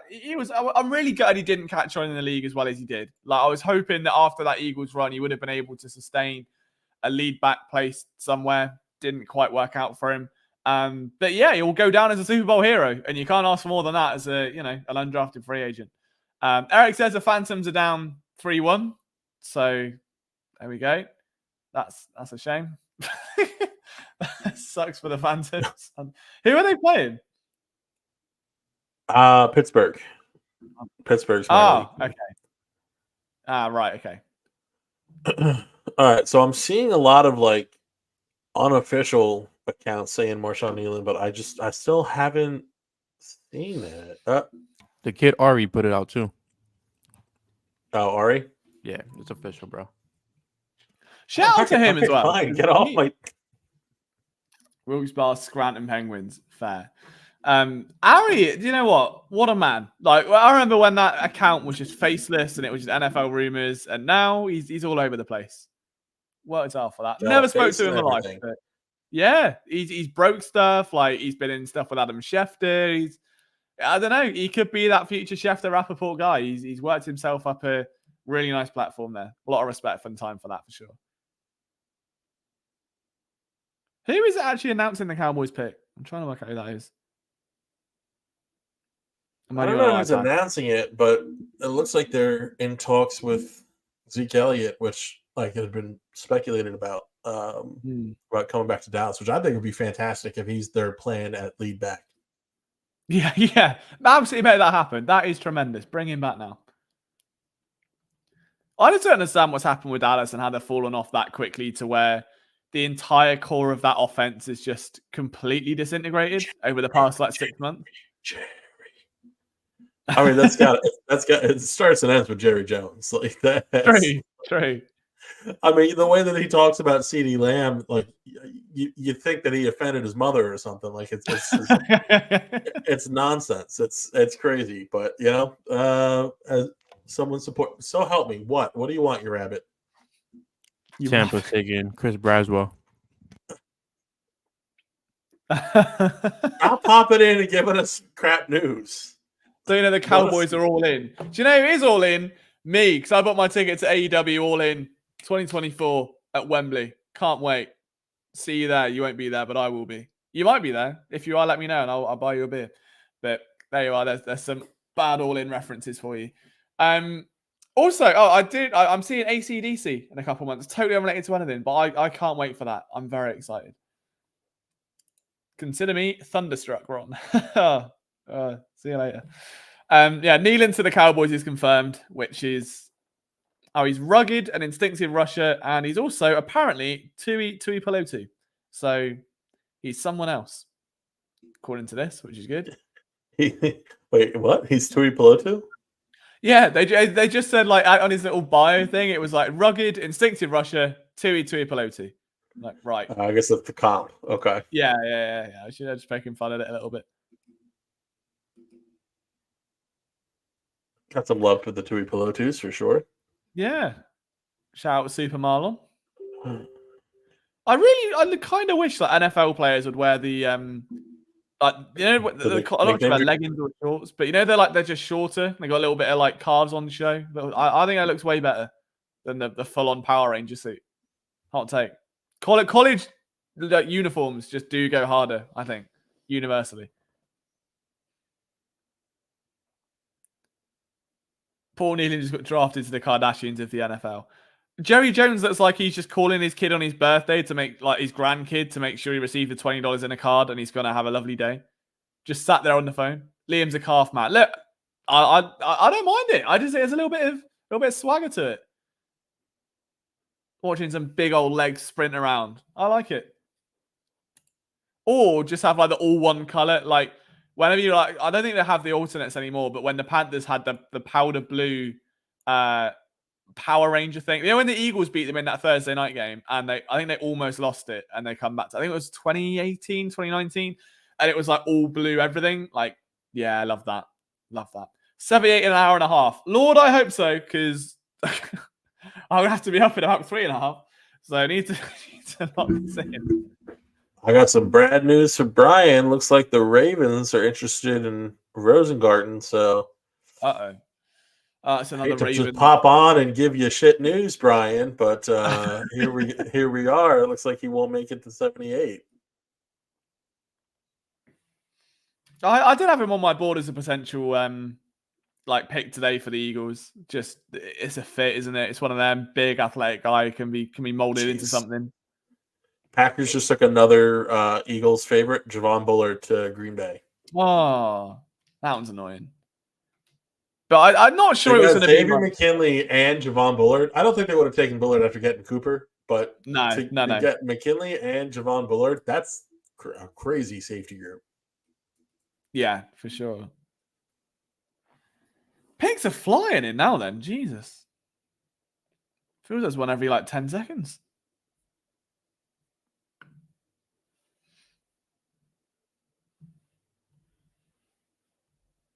I called the double dip, says Doug. Nice to see you, Doug. I thought you'd be away. Thought you were missing tonight's stream. Still showing up. Love that commitment from the young man. K1 says, I skipped over Jatavion Sanders' question. Did I? Oh, right. I would I hate didn't to think see it was a from question. It looked more like a statement, but yeah, I missed the first yeah. bit. I did put that up, but I didn't read the bit before it. So I was like, yeah. I was just going to point out, I love the name Aqua Bonham. I think that's perfect. I might just roll with that from now on. But yeah, no, we spoke about Jatavion Sanders a little bit earlier. I'm a fan of him in this range. I still think, I forgot the guy's name really annoyingly, but the guy, I've mocked him in the 7th round like every single time. I'm going to get his name now. Michigan's AJ Barner. No. That's a shame. He's a tight end. Let me find out who it was. It might well have been actually. I don't know. It should have been. It's the one who dropped the pass at the combine and then caught 2 of them or whatever it was. Did the big thing. Everyone spoke about it for a while. I don't remember that. Was it Brevin Spanford? No. Isaac I feel like I'm sounding more and more disappointed with each suggestion. Like, no. Dallin Holker. Yes. That one. Yeah, Dallin Holker's good. Dallin Holker, yeah. Holker. That one. Get him in. Good second tight end for sure. Duck going to fancy dinner parties. He came from a last-minute dinner party, and DeJean's now an Eagle. DeJean's now an Eagle. Look at that! What a night! Is anyone taking L's tonight? Because I don't think they are. It's just dubs everywhere for everyone involved, and it's the content we absolutely love to see.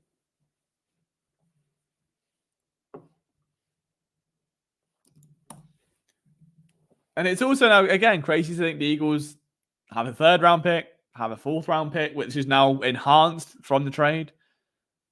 They've still got Arsenal for day 3. They've shored up the secondary. You can't ask them more. If pick 78 is a linebacker, I mean, I don't think they've ever gone this heavily defensively in the draft in my lifetime, at least since I've been a fan. Like, they're not where you're 3 players deep with the first 3 picks. So that yeah, it's good fun. His name is DeJean now. We're changing it officially on this stream. Regardless of how it's pronounced, we're calling it DeJean. Fun fact. Blake Fisher just went. Shut up, Ryan. What? Blake Fisher to the Houston Texans. Fun fact. Of the Eagles' first two picks, both cornerbacks, none of them allowed a single touchdown last season. There you go. Back to the pizza. I just want to know what pizza he's having, to be honest. I was a bit intrigued then. Is it little pepperoni, little margarita? Who knows? Plain old cheese. Yeah, fairs. Can't go wrong with it. Disappears. Disappears again. Doc has me so confused. He's talking about Lebanese, but being a cis male. Did he mean the word Lebanese, or is he meaning another word? Maybe he means it was a neighbor. We had. Did we change it? Does he mean lesbian? Doc, we might need more reporting on yeah, we need some. I'm not sure what's gone on there. I don't think I've ever had lesbian, but being a cis male is not surprising. I don't know what makes more or less sense, but we're about to find out, I'm sure. Coach is in. He says, I want Wilson. If Wilson is at 78, I'll be a happy man. If he's not, don't worry. The contingency plan, Trevin Wallace is in place. It's all good. No hats today because I'm scared my hairline is only going backwards and the hat's not helping. And I just seem to copy whatever Zach does hairstyle-wise for the rest of my life. We've learned this. I just got a cut today, so I have it. I got mine cut according to your head, so. Yeah, literally. Zach has long hair. I have long hair. Zach gets his. I haven't had a haircut since before Christmas, and now magically we've both had like haircuts. So they're the same at the same time. Can't write it. Lebanese is a lesbian joke, I think. Oh, it could be an office joke. Oh, all my jokes have been landing that way today. So I mean, it was a play. I was really interested about learning about Lebanese cuisine. It's not something that I have learned about before. I've never had it. It makes sense. We're falling asleep a little bit now. We're grinding through the trenches. Mind you, we did a draft stream for 5 hours yesterday, and I did a podcast before this, and we're almost 2 hours into this one. So, is Brian here to tell us that it was in fact lesbian and not Lebanese? Is that the news that he has of the day? What I want to know. How are lesbians hats? There's a joke in there somewhere, and I don't want to There try and has to find be, it. and I'm missing it. There is a joke in there somewhere. I'm not diving into that. I refuse. But the slogan of our draft weekend has come back. The Yeah, lid that's has to be what's smaller than the jar. Maybe he falls because injury concerns. I mean, what are we saying with Peyton Wilson? Because I mean, to Coach's point, we touched on it a little bit earlier. I assumed that once Edrin went off, Peyton would have been snapped up straight away, and the fact that he hasn't tells me Kobe he's Dean sliding. 2.0.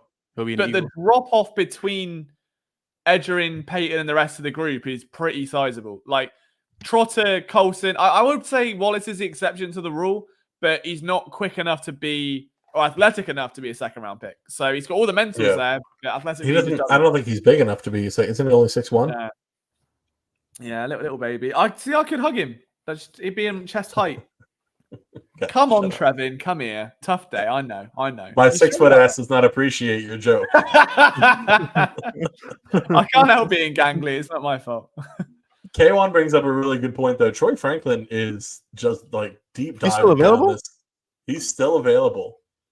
And like Straight up, that's if he falls to 78, like that's not bad. Cooper DeJean actually said that during the press conference that this is actually where he wanted to be. That he loved the organization, the coaches, and he felt like it was the best fit for him. Cole Bishop to the Bills. So since he didn't grab Powers Johnson, are we good with what we have in house for offensive line? They still need a backup tackle, but at the same time, you can probably snipe like a 35-year-old off free agency to do the job for a year. Like they don't need Lane Johnson's air just yet, I think is what we've learned today or yesterday. Well, so let's go over some of the names, right? Kingsley Suamate. Is that the double triple barrel thing? That's the BYU guy. Roger Rosengarten, Kieran Gaji. It's complicated. Those are the tackles, the big tackles. Brandon Coleman, of course, too. Big tackles left on the board. Guards, you're looking at Christian Haynes out of Connecticut, and you're also looking at Cooper Bebe still available, is he not? Who? Cooper Bebe? I think so, yeah. I know that he's had some links in the chat. He's strictly a guard, right? Yeah, that's what I'm saying. I did tackles first, and then I did guards. Okay, my apologies. Listen, I'm trying my best to keep up with you, bro. I'm just saying, do a little better. Let me digest my food first. He wants to take the chance on Peyton Wilson. He's been working with Keekly, but the injury history is why he's sliding. The only thing I'll say is I've done it before with Nakobe Dean. Like, and at the end of the day, there's still a reason why. Like we had this, I think it was just before you joined, Coach. We were talking about Nakobe Dean and the weight of expectation because he was regarded as a steal. The danger of taking Peyton Wilson that late is that it's the same thing as, oh, well, now he has to be a steal. And we know he was a fringe first round guy. He should have been in the second round. And he ends up being a role player and it comes off disappointing when it really shouldn't be because he was a third round pick. So they're not going to get the guy they need really long-term third round. And this just isn't the cast for it. So it makes no sense to over leverage and try and push someone in to be that guy that isn't. So, I mean, yeah, for me, it depends how they roll it. Like, we got to remember that this scheme is changing to a 3-4, which by definition, you're going to see less defensive ends rushing, more into coverage, which takes strain off the linebackers. And if they're confident with Devin White and they're high on Nakobe Dean, they might not need that much. And realistically, this scheme is going to be effective if the shell around it is strong enough to contain everything underneath. It doesn't, as much as linebackers are important, they're part of a machine. It's not like defensive line where they have an isolated job and they can break up the play and have a real impact. Like, linebackers can make or break it, but if the safety's out of position and the linebacker does his job, that receiver's going to find space anyway. So the Lions have.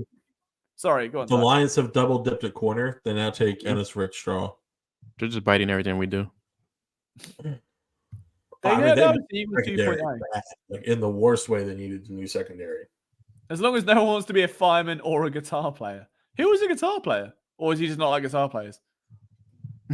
Was there an Eagle that wanted to play guitar? Has there been an Eagle that's played guitar? Let's find out. I would imagine there's been an Eagle who's played guitar. Jordan Marlon? I don't know.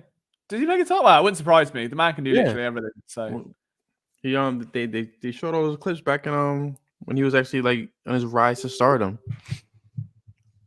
wow. The more I tell you what, a guitar is gonna look tiny in his hand. It's like a little ukulele. He's gonna sat there doing that with it. Like my lighter plays, yeah. Davis needs to need good linebackers behind him to stop the run. But I think that's what I'm saying though, is where if you're running a 3-4, for instance, let's just say you've got your 3 guys up front, you run out with Davis, Carter, and pick an edge rusher or whoever, it doesn't matter. But instead of linebackers, you go Devin White, you put in Cooper DeJean or DeJean in there, you got your 2 safeties of Chauncey and Reed, Quinya Mitchell outside 1, Bradbury or Slay on the other, and then you only need 1 other linebacker, and it's a solid enough call where that one spot isn't going to be exposed as much. Like the issue the Eagles have had, I don't think necessarily is the lack of good linebacker play.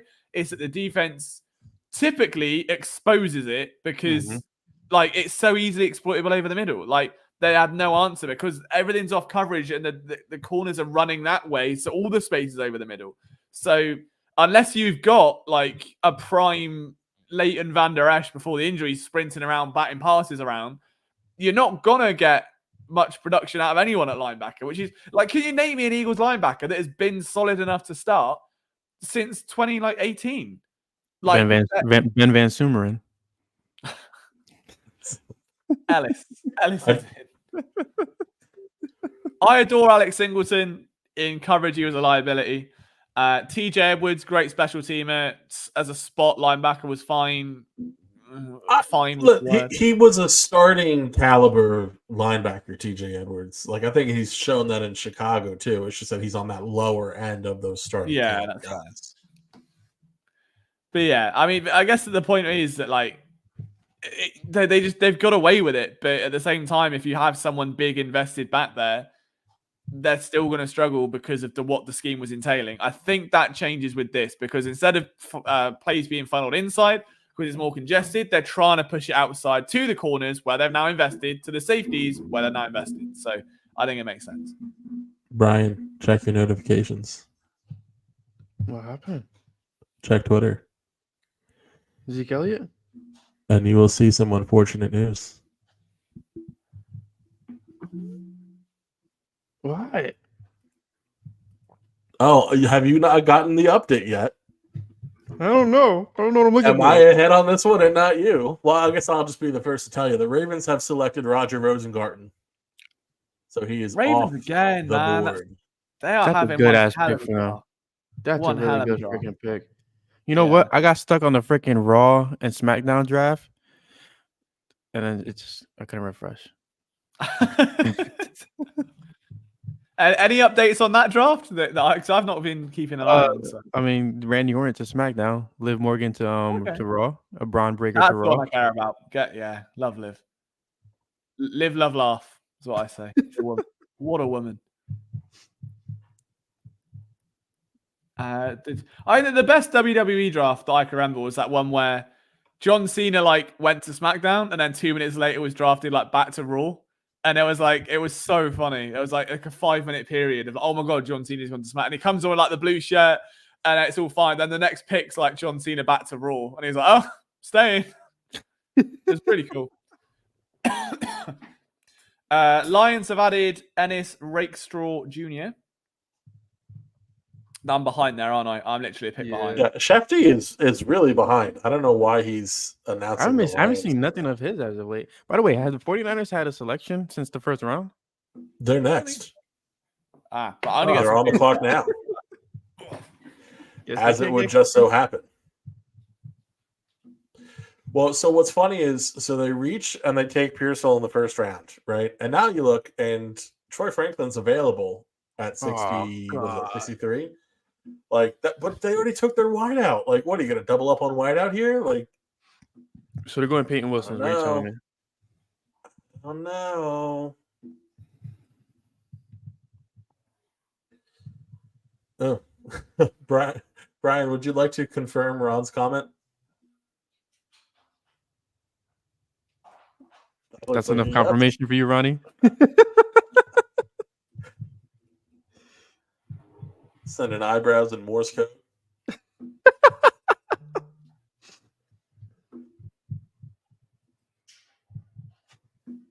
All right. 2 more picks in the second round here. Finally. Still a lot of talented names on the board. Oh yeah. I wouldn't mind trading up from 78. I definitely would not mind. Let's see here. San Francisco, Philadelphia. Start the draft. Troy Franklin, Peyton Wilson, Adisa Isaac, Roman Wilson, they gotta go Jatavian wide out next, Sanders. right? What's that? If Franklin's there, you take Franklin. I feel like there's no way you hesitate on that move. I mean, I would, but if Peyton Wilson's there, do you take Peyton Wilson? Yeah, you're right. Jonah Ellis is going to be there, it looks like, possibly. Oh my god! And Adisa Isaac is still available too, right? If I'm not Adisa mistaken? Isaac's still there. Malachi Corley, the Yak God. I mean, come on. God. So many good players, so little time. That Lions defense looks insane. Hutchinson, Yeah, Carlton for sure. Davis, Terry and Arnold, Brian Branch. It's very, very good young team. Oh.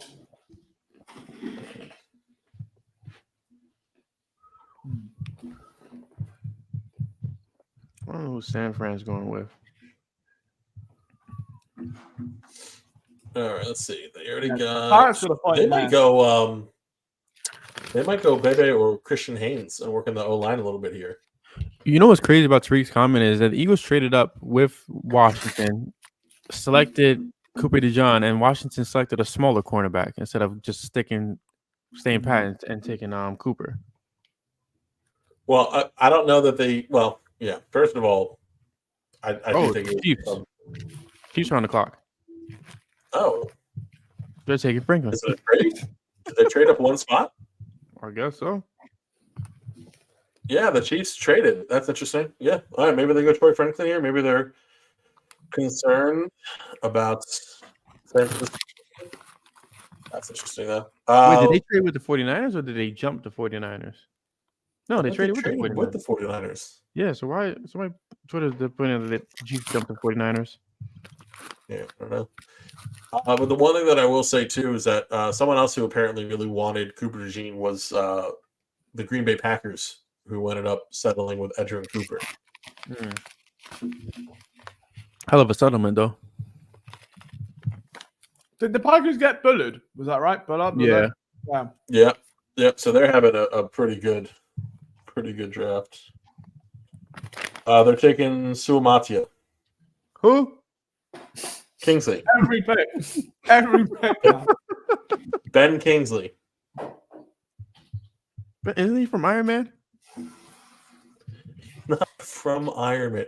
Sir Ben Kingsley, is he from Iron Man? No, he is not. He's in Iron Man.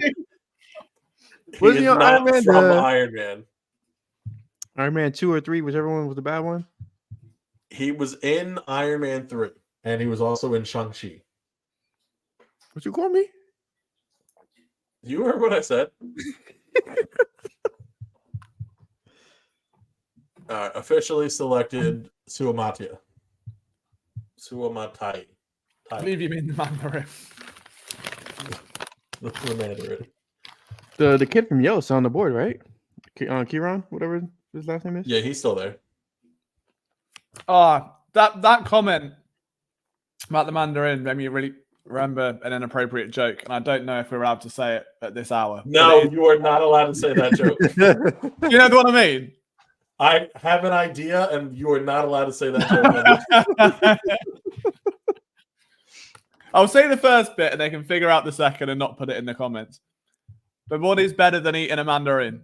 And I'll leave you with that, and you can figure it out.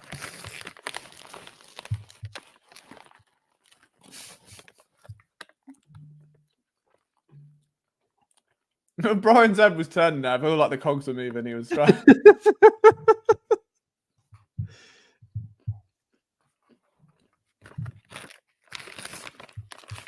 Amanda out. Got it.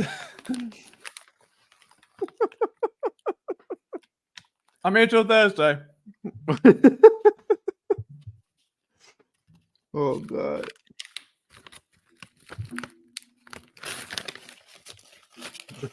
What? Do you have a bag of Sun Chips there? What's that? You're Nah, offering me? it's dry roasted peanuts, but it's got to the best bit, which is the peanut dust at the end of it. Do you know all like the flavorings in there, and it's just powder, and it's just like, oh, I love it. Hoover it up. Just boosting up the cholesterol there. Yeah, really.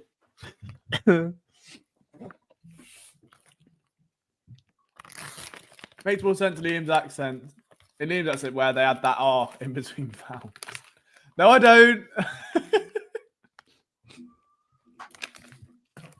I suppose I do, unfortunately.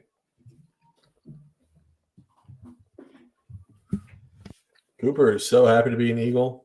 Like, there's photos of him just going crazy. Yeah. Don't you put ideas in my head. It is. I genuinely Oh. buy peanuts for the dust at the end. It is the best bit. Like, it's like a chore to eat the peanuts just so you can start shoveling this like powdery greatness. I love it. It's like a reward at the end of a hard day. A little bit of peanut dust. Soothes the soul. Renardo Green to the 49ers. Quarterback out of Florida State. Quarterback? Cornerback out of Florida State. All right. They're having a weird draft. No, Green's good. I think Green is a solid corner. Do they have any for quarterback? I mean, they're the 49ers. They always like to add on to the defense. That's exactly why I like it, Duck. It's exactly why I like it. You can make it yourself with peanuts and a porter and I could a porter and pestle, Liam. Hold on, but I could do that. A porter and pestle. A porter and pestle. I'll make it myself. I'll do it on stream, cooking with Liam. Is he gonna make peanut dust on cooking Yeah, with Liam? just crush a bag of peanuts on stream in my porter and pestle. Oh, that's brilliant. I'll tell you what I did make the other day. I'm not sure I got my phone on me to show a picture. Like this, I made like a Korean sweet and spicy chicken thing. Really good. I'm not a big cook, but it looked tremendous. Was it like a pre-made thing, or was it like you just No. actually cooked it from? I made the sauce, made the chicken. I didn't make the chicken, but the only thing that was different was the rice. That was a microwave pouch because, can't be too complicated. Let me try and find a little picture of it. Where's it to?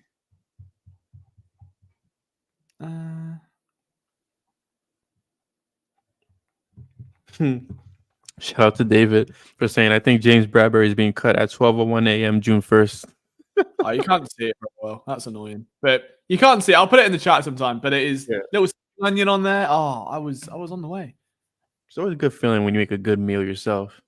Yeah. I mean, but my meals normally, I just like put anything I can find in a kitchen into a pan and hope for the best, which... Oh, gochujang. You need some everyone needs gochujang in the fridge. I have some right now. You have to have it. It's a must-have in the fridge. Obviously, just as you said that, just as you said it. Oh, gochujang. Well, that's why I brought it up. I saw Ron talking about that Korean chili paste, and I knew he had to be talking about gochujang. I think it genuinely was recommended in the recipe, and I couldn't find it anywhere, so I just banged in a load of like cinnamon and cumin and all the rest, just anything I could find in there. It's not at all what it is. I added like honey. I added honey, soy sauce. Okay, solid. Salt, and then cumin. I can't remember. That was some other things, but it was good. I done my research, and that's an interesting ingredient. No, they shouldn't. Come on, Kemp. You've been in this stream for 2 days now. You know better than that. All right. I'm not angry. I'm just disappointed there. You know better than that. Come on. I do like Duck saying gochujang. That is pretty. There's a brand there waiting to happen. I think Eagles go offense the next pick. Yeah? I think so. Trevor Wallace. Well, it's the third round now, so you know what that means. Time to rerun the PFF mock draft, and let's see who's available at 78. What's wrong with him? Everything. No, he's he just doesn't do anything well, like other than tackle and hit hard. He's slow. He gets dragged out of position because he follows his eyes everywhere, and he's a bit of a liability in coverage because of it. Like he's big looking boy, physical, hits hard like his dad did, but unlike his dad, just has zero football IQ or like very minimal. Like somewhere between Jordan McGee and Zach Cunningham is where Jeremiah Trotter falls in that spectrum. The Jets just traded up to the first pick in the 3rd round. Oh, wow. And they're probably taking a wide out here, is no what shot. the streets say. There So goes this could be Franklin. Troy. Yeah, that's probably Troy. If not him, Rowan Wilson, I think is the pick here. It's one of those two I guys. love the Roman Wilson pick. I think that would be great for them. Thank you. I appreciate it. Yeah, so, what is it? 65 for 72 and 157. Okay, we'll do more research. No, I'm hearing it's Corley. Oh, no. Oh, They're Not gonna official wait yet, him but just speculation. But people are saying gonna Corley. wait. I mean, it makes sense for him. You get Garrett Wilson on the outside, Corley in the slot. That's shame they've got, no one really to ball out to, I guess. Oh, Roman Where's Wilson. Nick when you Get need Roman Wilson.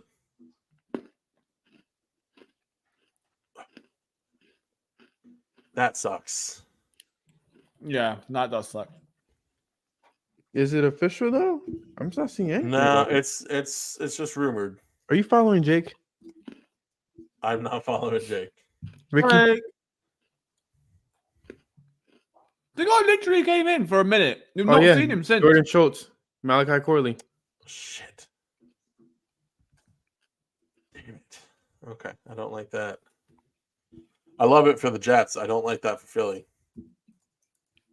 Just a quick shout out as well. We've officially passed 20 likes on the YouTube channel, the video tonight. So 20 likes on there. Next target's 30. We've been here 2 hours. Oh, we're 23 now, whoever that was. Thank you so much. I'll give you a kiss on the forehead and pour you a pint sometime. Yeah, if we can push 30. I mean, look, last night's total again was 38. So call us Bon Jovi because we're halfway there. All right, we can get this done. Push it over that limit before the Eagles are on the clock, and we'll be very, very, very grateful. So if you are enjoying the stream and you haven't yet liked the video, if you could just hit that thumb, be amazing. If you're watching on Twitter, which is an obscene amount of you right now, it's for you, little hello there. If you want to come over and watch on YouTube, join the fun, please feel free.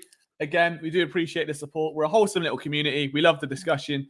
And The you good can... thing is, if you're watching on Twitter and you go to YouTube, you can actually swipe up on your phone, turn it into a small screen, and still live your life. And you don't have to be stuck on the video on Twitter. And still go back on Twitter.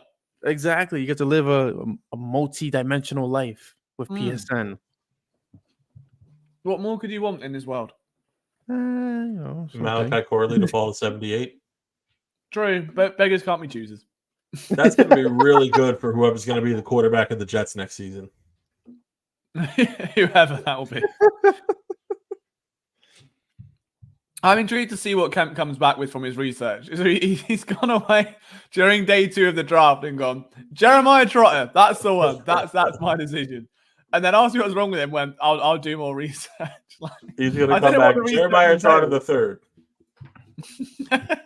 Future 2020 pick. You got to trade the pick. You when you're on a computer like me. See, duck knows ball. That's the way forward. All right. Oof. Okay. Latest PFF has Andrew Phillips, Brandon Dorless, Junior Colson, Jermaine Burton, Tez Walker. That's not a bad lot to pick from, though. Mm-mm. I don't think Andrew Phillips would be involved in that. He's just the best player available. But so is Lad McConkey gone, or is he still knocking about? Lad's gone. Yeah, he's gone. He has gone. Oh. Yeah, he was like the second pick in the draft. I mean, the second round, I think, right? I think so. Yeah. Yeah, he was the second to the Chargers. Mm-hmm. Crazy. That was right. Yeah, no, it was. Yeah. You were laughing. I mean, I saw you. No, because he said second pick of the draft, and then I realized you meant tonight, and I was, oh yeah, it was. Yeah, my bad.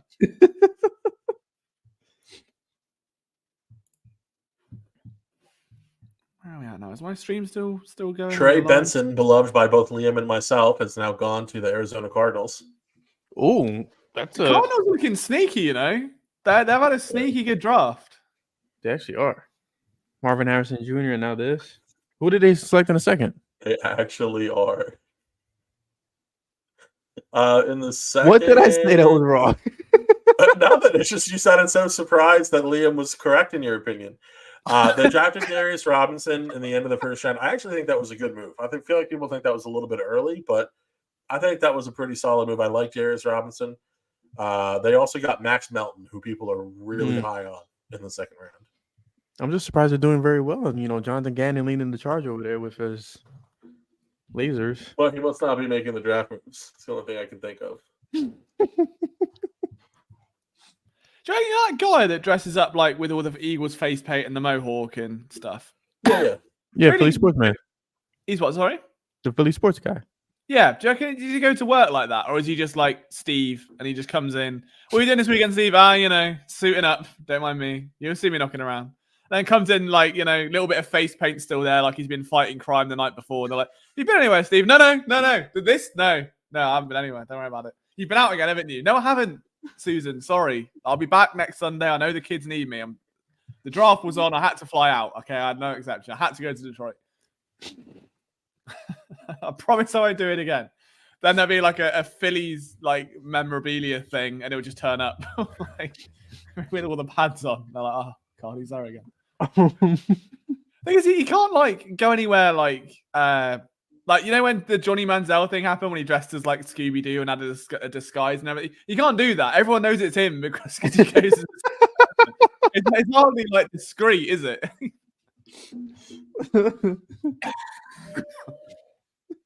That guy is ageless. True, very very true. He's looked exactly the same since I started following the team. But do we think OL for the third? I don't know. I mean, the good tackles are starting to go now. I mean, is Zach Zinter still around at guard? Is he still knocking about? There'll be like four. He is, but he's not the best guard on the board. I would take Cooper Bebe. No, he'll be a bit. That's what. Yeah, I mean, hey, baby, like pick 152 could be a shout like a bit later on. I mean, 120 even I think is Zinter territory.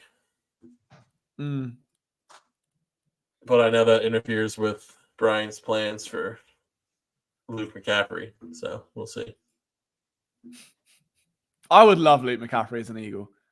I'd absolutely for love sure. it. That would be the icing on the cake.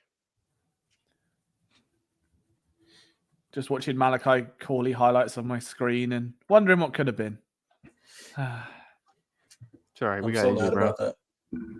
He's so good, man. Like he's so quick. He just is someone you'd play on DraftKings. He put on 15 pounds of muscle since the season ended. Who, Corley? Yeah. I put that on since last night's stream. It's not muscle, dude. You're not putting muscle on. Put something on.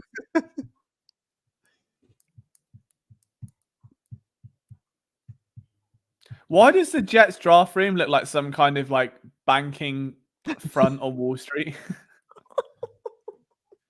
She's like, yeah, I work in finance, bro. Yeah. You want to invest in your ISA? Yeah. Yeah. I don't know why they're like fringe German. I meant to be a posh Englishman, but you know. He's good, yeah. Oh God. One of the 55 round picks we have, says Doug. Brandon Coleman to the Commanders. There's another tackle off the board. Yeah, it's starting to go now. Peyton's still there. I feel like just give me Trevin Wallace, and I'm a happy camper. Here's the thing. I think so. Peyton is still on the board. I do believe that he's not going to make it past 72 when Carolina picks.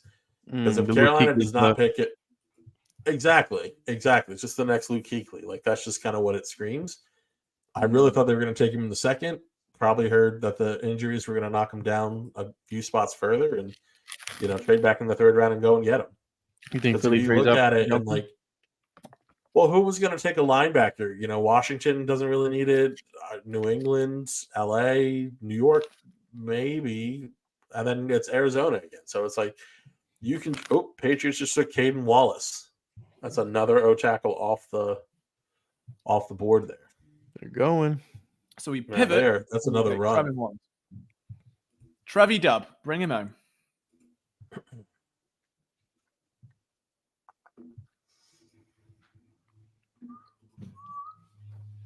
I can't believe TJ Tampa's still on the board, especially with the run on corners that happened. Really?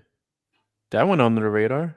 Yeah, I was going to Yeah. say, like, I completely forgot he existed. I thought he'd gone ages ago. There's a lot of good talent still on the board, and it's so weird to say. It's a weird draft like that, I think. Yeah. But I think that's why the move up did benefit the Eagles, because like not only did they moved up, got back into the third where there's still a lot of talent, and moved up in the fourth to get better talent, and still was able to get a first round pick in Cooper DeJean near enough. That's just Like, unheard of. yeah, it's a brilliant trade. I don't know what Washington were thinking. Like, yeah, we won that. That was a great idea for us, but they did get their corner. So Yeah, it is what it is, I all suppose. 5'9" of him.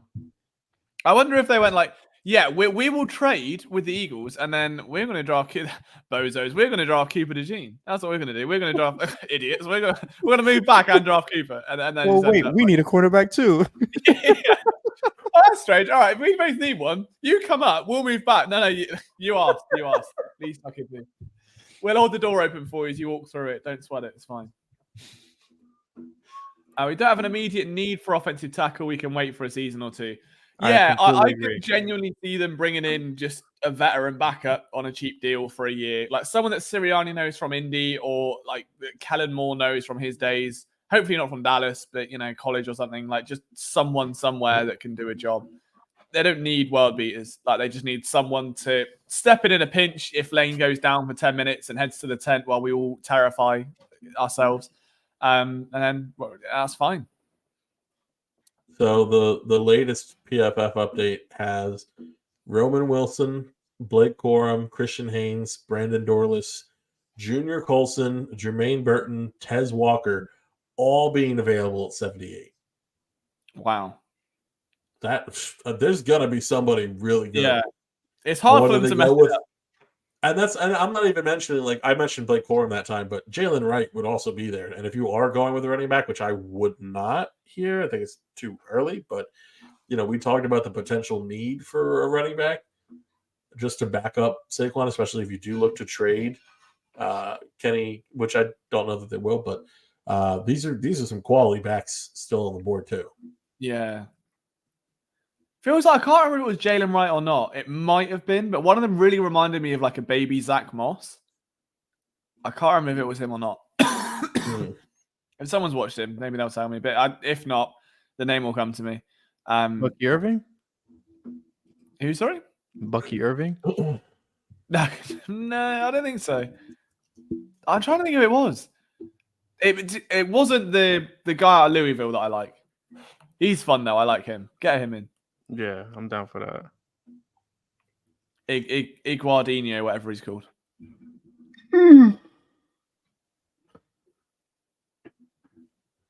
It's only 9:40, and I'm starting to fade. All right, we need a Philly pick. Yeah, I need. If they trade back now, Chargers just have Junior Colson. Chargers have Junior Colson. Junior Colson's gone. Yep, Which Junior means Colson to the Chargers. Time. Trevin Wallace. I mean, or Peyton Wilson. Nah, Trevin Wallace. I would take Trevin over Peyton, regardless of blind, really?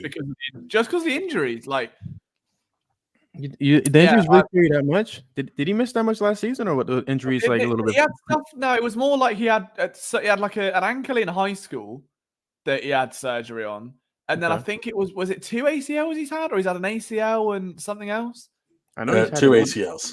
He's had 2 ACLs. But he's only 17. And a season-ending shoulder surgery. Yeah. Was that the high school one? That might have been the high school one. Yeah. That's between high school and college, those 3 injuries. So, which is a lot. So as good as he is, the rigors of the NFL, I just think I don't know. You don't want to take the risk on it. Like, it's tough. But for a third round pick, man, like. But they did it with Nakobe Dean. Nakobe Dean also, like, Nakobe Dean was not the prospect that Peyton Wilson is the other thing. Like, he doesn't have the size of Wilson. I don't even think that he has the overall skill set. Like, he was always so undersized. The only thing was that he was so quick out there on the field. I think that there were concerns about him transitioning to the pro game, and I would think, in addition to the injuries, that's what brought his position down all the way to the third round. Wilson, I feel like you can't pass up that kind of talent. He's Look, just all around. Like I love him. He's a great player. But if I was like, right, Brian, you're going to give me $500 tomorrow, right? You can either have 700 back guaranteed in a week. There's a chance you lose it all, and you might get $1,000. Which one would you go for? I lost you at the. I don't know that the difference between Peyton Wilson and Trevor Wallace is $300 though. It might be more than that. I would say probably they're talking like 1,700 versus 700. Good grand in between. Yeah. All right. Well, but yeah, I think it's like you're kind of guaranteed a certain floor performance with Trevor Wallace. I think. Andrew Phillips to the Giants, cornerback out of Kentucky. Andrew Phillips, cornerback out of Kentucky. I don't have the patience for it, but I would love to just go back through all of these streams and every time Brian's gone, who? After a draft pick. And then just have that thing from Wolf of Wall Street and Margot Robbie going like, who? What are you, a fucking owl? And just like lay that out like 5 seconds later.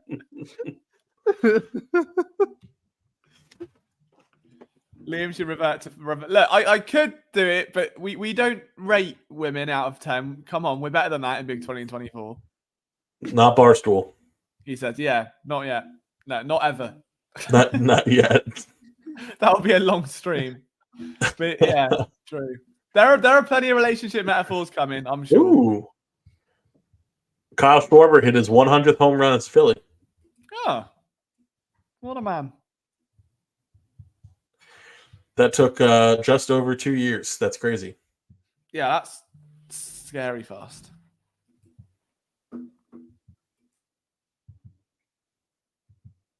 What pick are we on? 67? 69. Way. Sorry. Too much. It's only 3 a.m. I'm up in 4 hours. Only. We don't rate women. We're better than that. 69 joke. Within 2 minutes. What a man. A mighty fine man.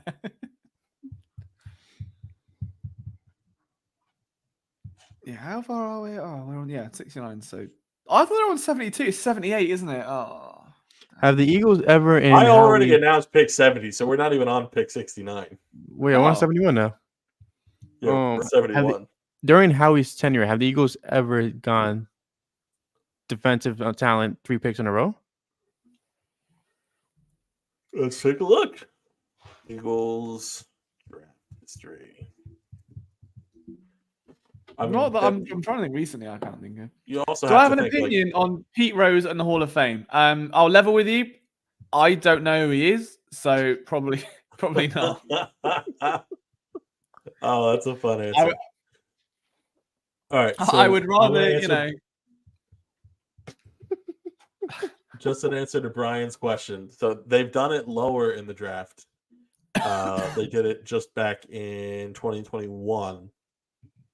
But as far as like the first 3 rounds, 2017. Derek Barnett, Sidney Jones, Russell Douglas. Oh yeah. I love that double dip at corner. That got me all excited. But that was another one. Again, Sidney Jones, injury history. And then that went well. So Just appeared from the league. And the thing is that Sidney Jones as well was expected to come in and probably be CB2 out the gate. And it just never materialized. And it's the same kind of thing with Wilson, where like if he gets drafted, he's going to have to start out the gate. Like there's no really getting around that. He's going to be playing to some degree. Like whether you're a Zach Cunningham fan or one of the other bozos that were running around for the last couple of years, they've all played significant snaps. There's no getting around it. So if Wilson's in and he gets hurt, Liam gave a girl a rose one time and she broke his heart. I'd say, no, it's a true story. My first day at secondary school, so I would have been 12 years old, right? A girl came up to me and she was, oh, my friend thinks you're really fit. Do you want to go out with her? And I was like, well, yeah, I'm not going to say no. So I was buzzing, out of their Windows Live back in the day. Didn't have me back. I was like, that's fine. That's okay. I've got her in the bag. Play hard to get. And went up to her and her friends, sat next to her at lunch table the next day, and they all just started laughing. Didn't really know what was going on. And the girl had no idea that she was going out with me, and it was all a stitch up. And from that moment on, the heart was scarred at 12 years old. So there you go. Not quite the rose, but it was peaty enough to be terrible. Talk about being scarred. Jeff, I don't know. I can't confirm if it was, but Jeff McLean's. I'm sorry. Hold on, Brian. How the hell was that story about Pete Rose? I just came in at the tail end of that. I just saw the word rose, and I just found a fitting analogy. Jeff McLean asked Cooper DeJean, how does he feel about the lack of white cornerbacks in the NFL, and if he feels he could be the anomaly of it, pretty much. At least not the game. Good. Another tackles off the board to Arizona goes Isaiah Adams. Waiting for Brian's who? It was right there. It was right there. They need it on the soundboard, just waiting to go now. This run on tackles, though, is not bad. I mean, for those, like myself, who feel that the Eagles don't need to take a tackle, although I've been told that is not realistic. This is not bad how this is working out so far. Peyton Wilson to Philly. Trevi Dub. He's on the way. Dub. Trevi Dub. Don't you worry. Wubba Dub. Straight in. Junior Colson, apparently, according to NFL Network, is instinctive, physical and tough, and David Harris. My initial thing was Calvin Harris. And David Harris. And yeah, they just don't put a comp, they just put the name there. So it's like so it's just every time just trying to see what it is. David Harris. All right. You know what what time it is. We're on 72, the Panthers. This is where Peyton Wilson's going to go. But according to PFF, Adisa Isaac, Jatavion Sanders, Jaden Hicks, Kieran Ameg, Yale guy, Christian Haynes, Brandon Dorless, Jermaine Burton, Tez Walker, all available at 78 in this case. My Twitter's behind. I'm still on 69 on Twitter. What the hell? I bet you are.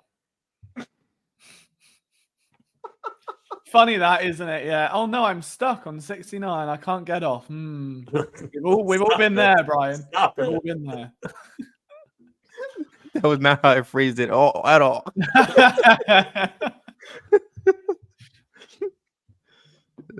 Oh, okay, right. Kemp has now come in with Peyton Wilson or Adisa Isaac. Now, look, that's better from the young man. He's gone away. I don't love Isaac, but I will say that's better. He's maybe stepping in the right direction. There could be a role opening up if you carry on like that. Trevin Wallace to the Panthers. Who? I literally just felt a tear. Not even joking, just move. My eyes just went a bit.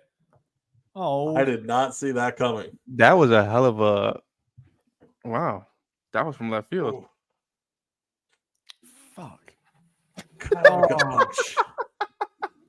Damn it. I'm actually so upset. It's unreal. Like, I'd rather the Eagles miss it, but now they didn't get a chance. That hurts. That genuinely hurts. I loved him. Well, go and be the next Luke Kuechly. Prove me right. Be the baller I know you can be. Trevi Dub. AZ got Isaac? When did that happen? Who? Oh, different Isaac. They got a different Isaac. Isaac Tunius. He's gone. He's been drafted. No, they got Isaiah. They didn't even get Isaac. Isaac's back. Never mind.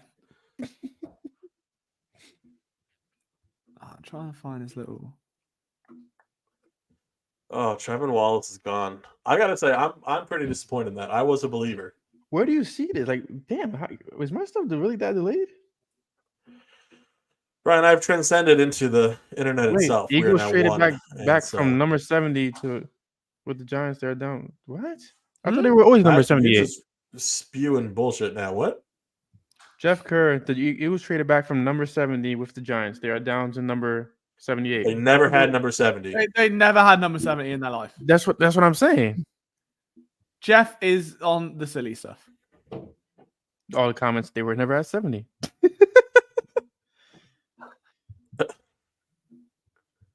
This might be it for Jeff. This might be career. Might be time to call it quits. All right, I gotta say goodnight to our host for the evening. I'll be right back. Our All own, right, no worries. our own little Jordan Mailata announcing our pick. Yeah, she's going to bed. I'll be right back. Jeff seems to also be drinking. He's just made up a trade He just and the pick that they never had. And gone, they've Eagles traded traded- that phantom pick. They never had a third round pick. He said, well, they do now, and they've moved. Yeah, they've moved back. That's what's happened there.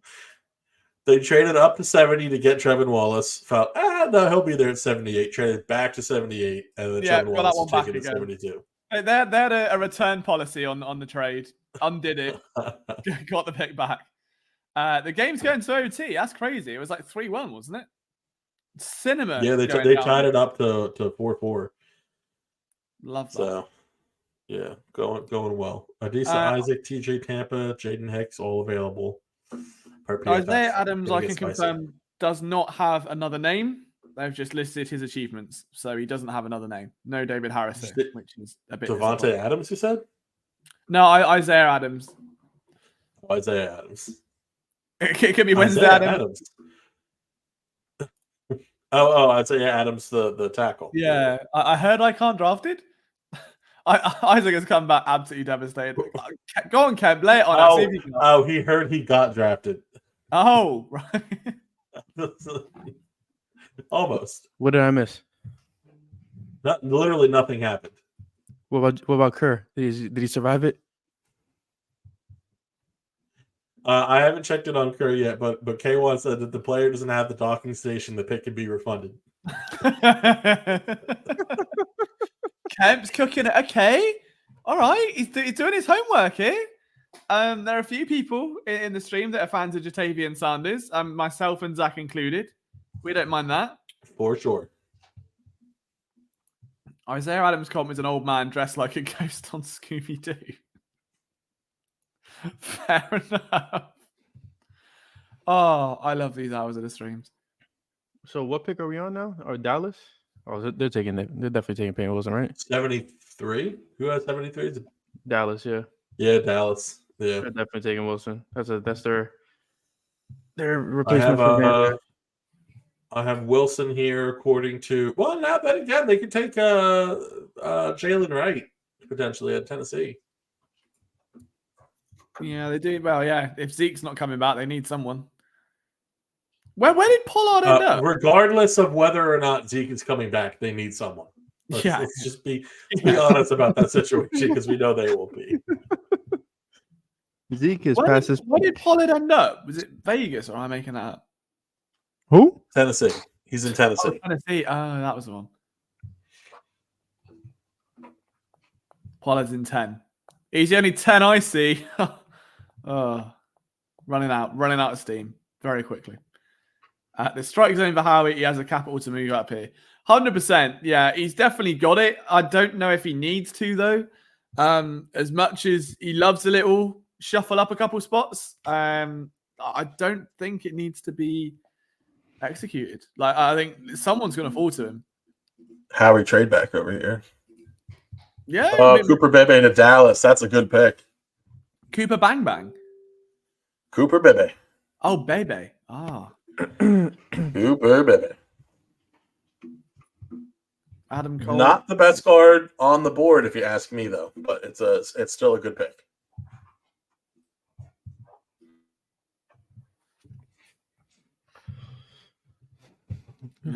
Nearing draft o'clock. 347 people viewing this at the minute, which is bloody tremendous, if you ask me.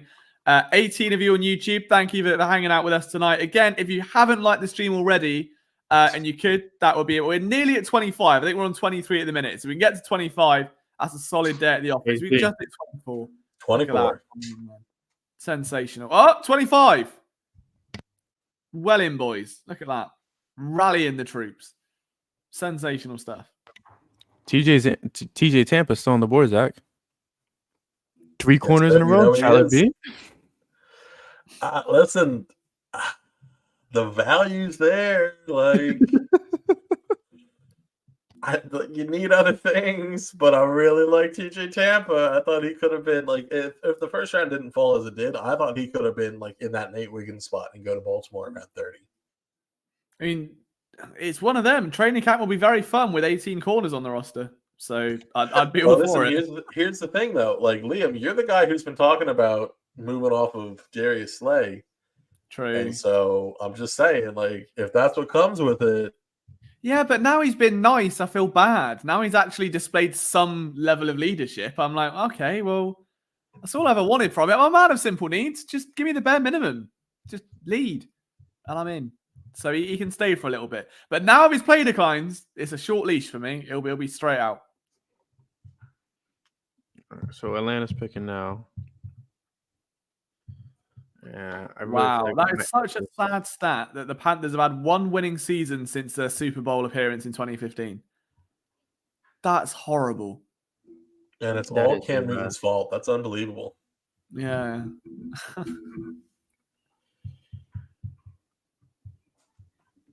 If Harry does get that, get another DB, I believe the Buffalo Wild Wings button is stuck. So they need to train up Mitchell, 100%. Don't bring up Wings. I'm still hurt over yesterday. Terrible. I want a man. He wants a short leash. We go. Trevor Mollis, there he is on my screen. Oh, covers tight ends, apparently. That's great. That's his job, though, isn't it? That's. Oh, Braylon Trice goes to Falcons. There's another edge rusher off the board. Man.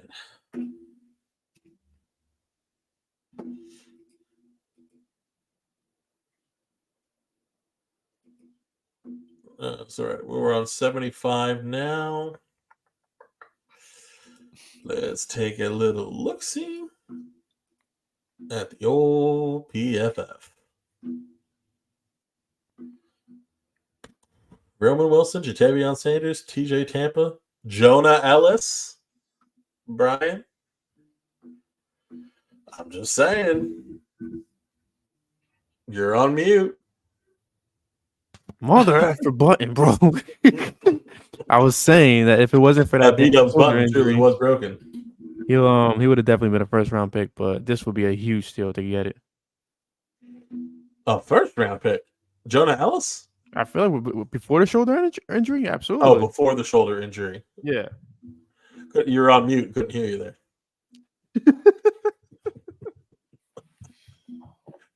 No, I do like Ellis. I think if you look at the edge rushers that are still available, yeah, I think he's the top guy. I mean, Jalix Hunt, if he actually carries over that production to the pro level, then he'd probably be my top pick there. But just off of knowing what we know, I'll take Jonah Ellis for sure. Yeah. Oh man. I feel like I'm talking myself into Peyton Wilson now just because Trevin's gone. But I'm not shocked. I think I said all draft prize. I wouldn't be surprised if Peyton Wilson falls and Trevin is that consolation prize. I mean, you've now seen what Colson's gone, Edgerin's gone, Trevin's gone. Trotter's going fourth round. Not he might go fifth, honestly. Yeah. What the hell? Second rounder though. Jeremiah's son. So this is weird. I don't know if this is real or not. This is from JPA Football. Guardian caps have officially been authorized for in-game use this season? Yeah, they announced that earlier today. Did they really? Yeah. How are they gonna put the team symbol up? Are they gonna paint the Guardian helmets just like they do the NFL helmet? That's gonna be funny. Is the Guardian helmet the bubble thing? Yeah, the big old mushroom on the head. Yeah, that's the bobblehead looking thing. They're using them in games. Yep, they're allowed to use it now. What they're saying. Is that allowed to or is that mandatory? No, they're allowed to. So it won't have. All right, cool. So there'll be one player on each team running around like Toad from Super Mario. Great. Somebody said Nick Bosa seeing the Eagles get Cooper DeJean and it's Drewski just going nuts and throwing chairs and stuff. Oh, I love it. What pick are we on? 75? We're nearly there. I think we're like 75. Yeah. That's Chicago. What else the Bears taking? Let's take a look. They just got a wide receiver along with their new quarterback. They could go D-line here. Brandon Dorless would make sense. They just traded for Keenan Allen too, so I don't really think wide receivers a need anymore. But they could go to Deion Sanders and get somebody over Cole Kmet. I don't get why they drafted Rome, to be honest. I mean, I feel like you have Keenan Allen and the DJ hell Moore. you say? No, but this is not a knock on Rome. I'm just saying, like, what's the point of having these three? Like, I'm trying to say to make sense. I get player available. And plus, like, listen, who knows? Keenan Allen is just not going to be on the same timeline as both Caleb Williams and Roman Dunes. Like, it's just, I think that has something to do with it. So if you can kind of bring him, I don't want to say bring him along slowly because I don't really think that he needs that, but you know, he's able to grow with Williams. I feel like he'll be a stud right off the Allen bat. eventually. Sure, yeah, but I mean, at the same time, like, it's not bad to have a bit of a veteran salve there for your rookie quarterback. Yeah. They could have done it for Justin Fields, just saying. They could have, but Caleb Williams is a better quarterback. So Caleb Williams will be wearing number 18 with the Bears. It's a little bit ugly quarterback number. Yeah, it's ugly. That's a terrible quarterback number. That is so. He's doomed to fail. All this, I was like, yeah, but the player makes the number, and Brian said that, and I went, ooh.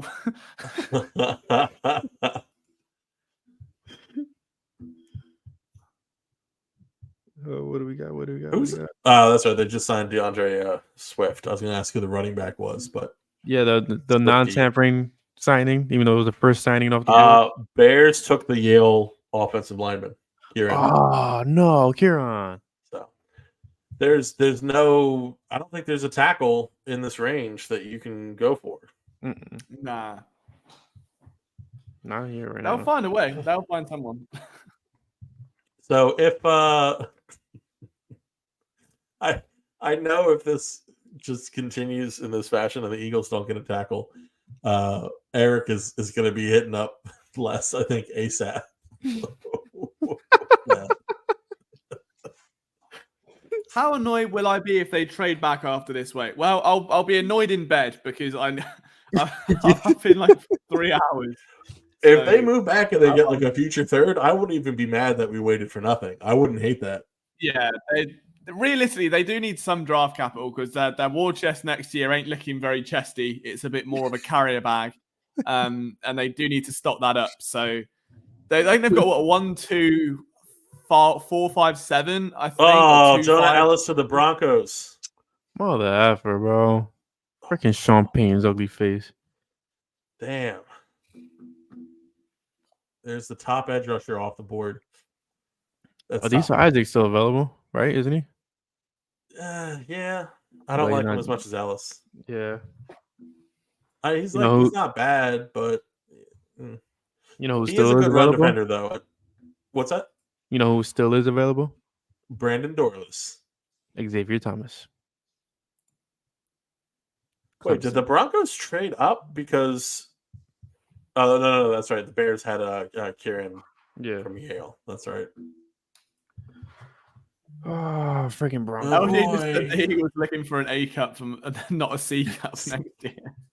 I don't know where the Chebs conversations have started, but we've unintentionally opened a whole barrel of. We had the nipple hats last night. There's a running theme here coming down. Last night was I mean, the three I would have. So Daniel Jeremiah's got his top 200 available, like the best players there. Peyton Wilson, Roman Wilson, Jalix Hunt, Jatavian Sanders are the only ones that I'd really look at out of them. To be honest, Troy Franklin. Troy Franklin. Is he not gone? No, he's still there. Oh, he's still there again. Mm-hmm. Maybe. His top is that on NFL.com? His top 200 you're talking about, or does he have that running on Twitter? He had it on. It's come up on NFL Network. Okay, I got you. We get Still ESPN here, available.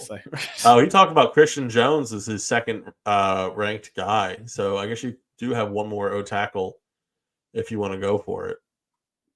Yeah, but isn't it like That's a little high for me. how long is the but- contract? So the Eagles are on the clock. What? Did it say the Eagles are on the clock, or Where was that did the you next see one? that? Vegas made their pick. I'm so lost right now. I don't have a Vegas pick yet. I don't have a Vegas either. Well, they're on the clock, but Wait, is it set? No.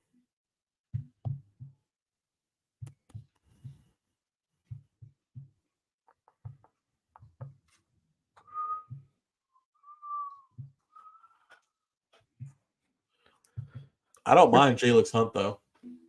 I wouldn't hate that for sure.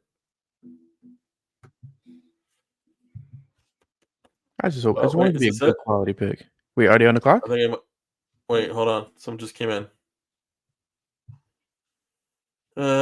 No, it's just more on Jonah Ellis. Oh,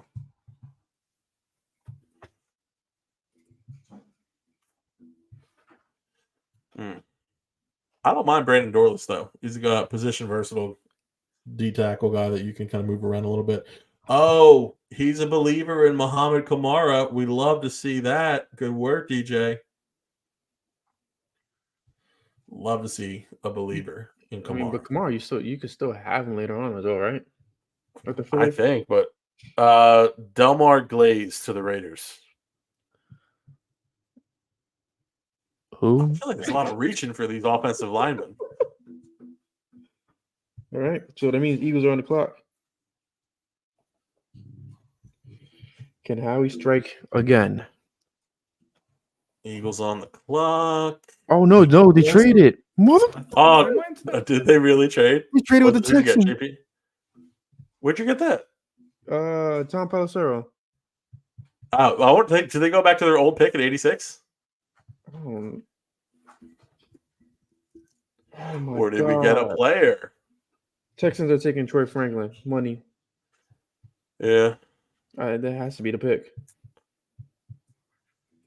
Damn, man. What was the Texans picking? Did you say they're officially taking Troy Franklin? No, not officially. That's speculation. Oh. I don't know. They got some solid receivers already.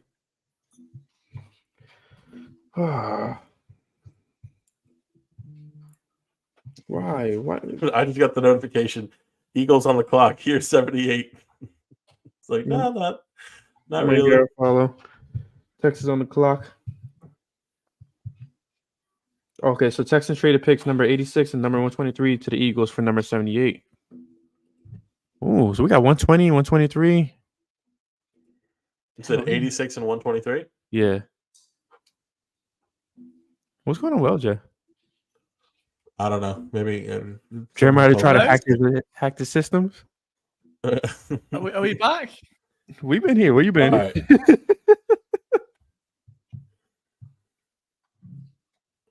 So 86 and 123 for 78. 86 and 123 for 78 and what, Brian? 152? No, that's it. Just 86 and 123 for 78. What? That's Yeah. a great deal. Yes, it is. I'll take that for sure. Sorry, But that means we my got to. internet died at the worst possible time.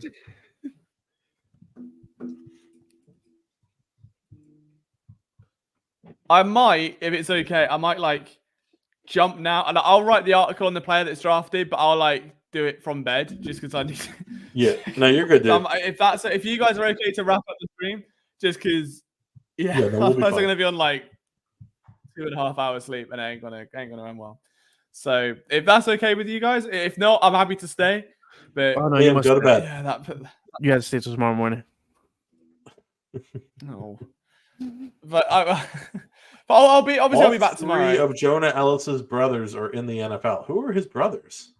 Christian Ellis? Noah right? and Christian. No, Noah, Noah Ellis. Ellis. Ellis Allen? Ellis. Man, they really have to trade freaking back, man. It's 10 o'clock. I know.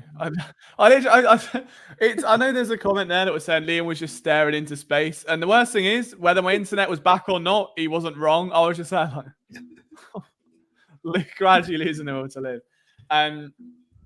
But yeah, I will be here tomorrow. Don't worry. I'm hoping by the time I get into bed and everything that the pick will be just about coming up so I can get the article done and sorted and situated for tomorrow morning. But yeah, if I'm okay to leave you guys in the capable hands of Zach and Brian, and I've got permission, then I shall shoot off. So yeah, I mean, thank you all for hanging out with me this evening and putting up with my terrible jokes. And I will leave you with much more capable host of this stream, in Zach and Brian. And I will see.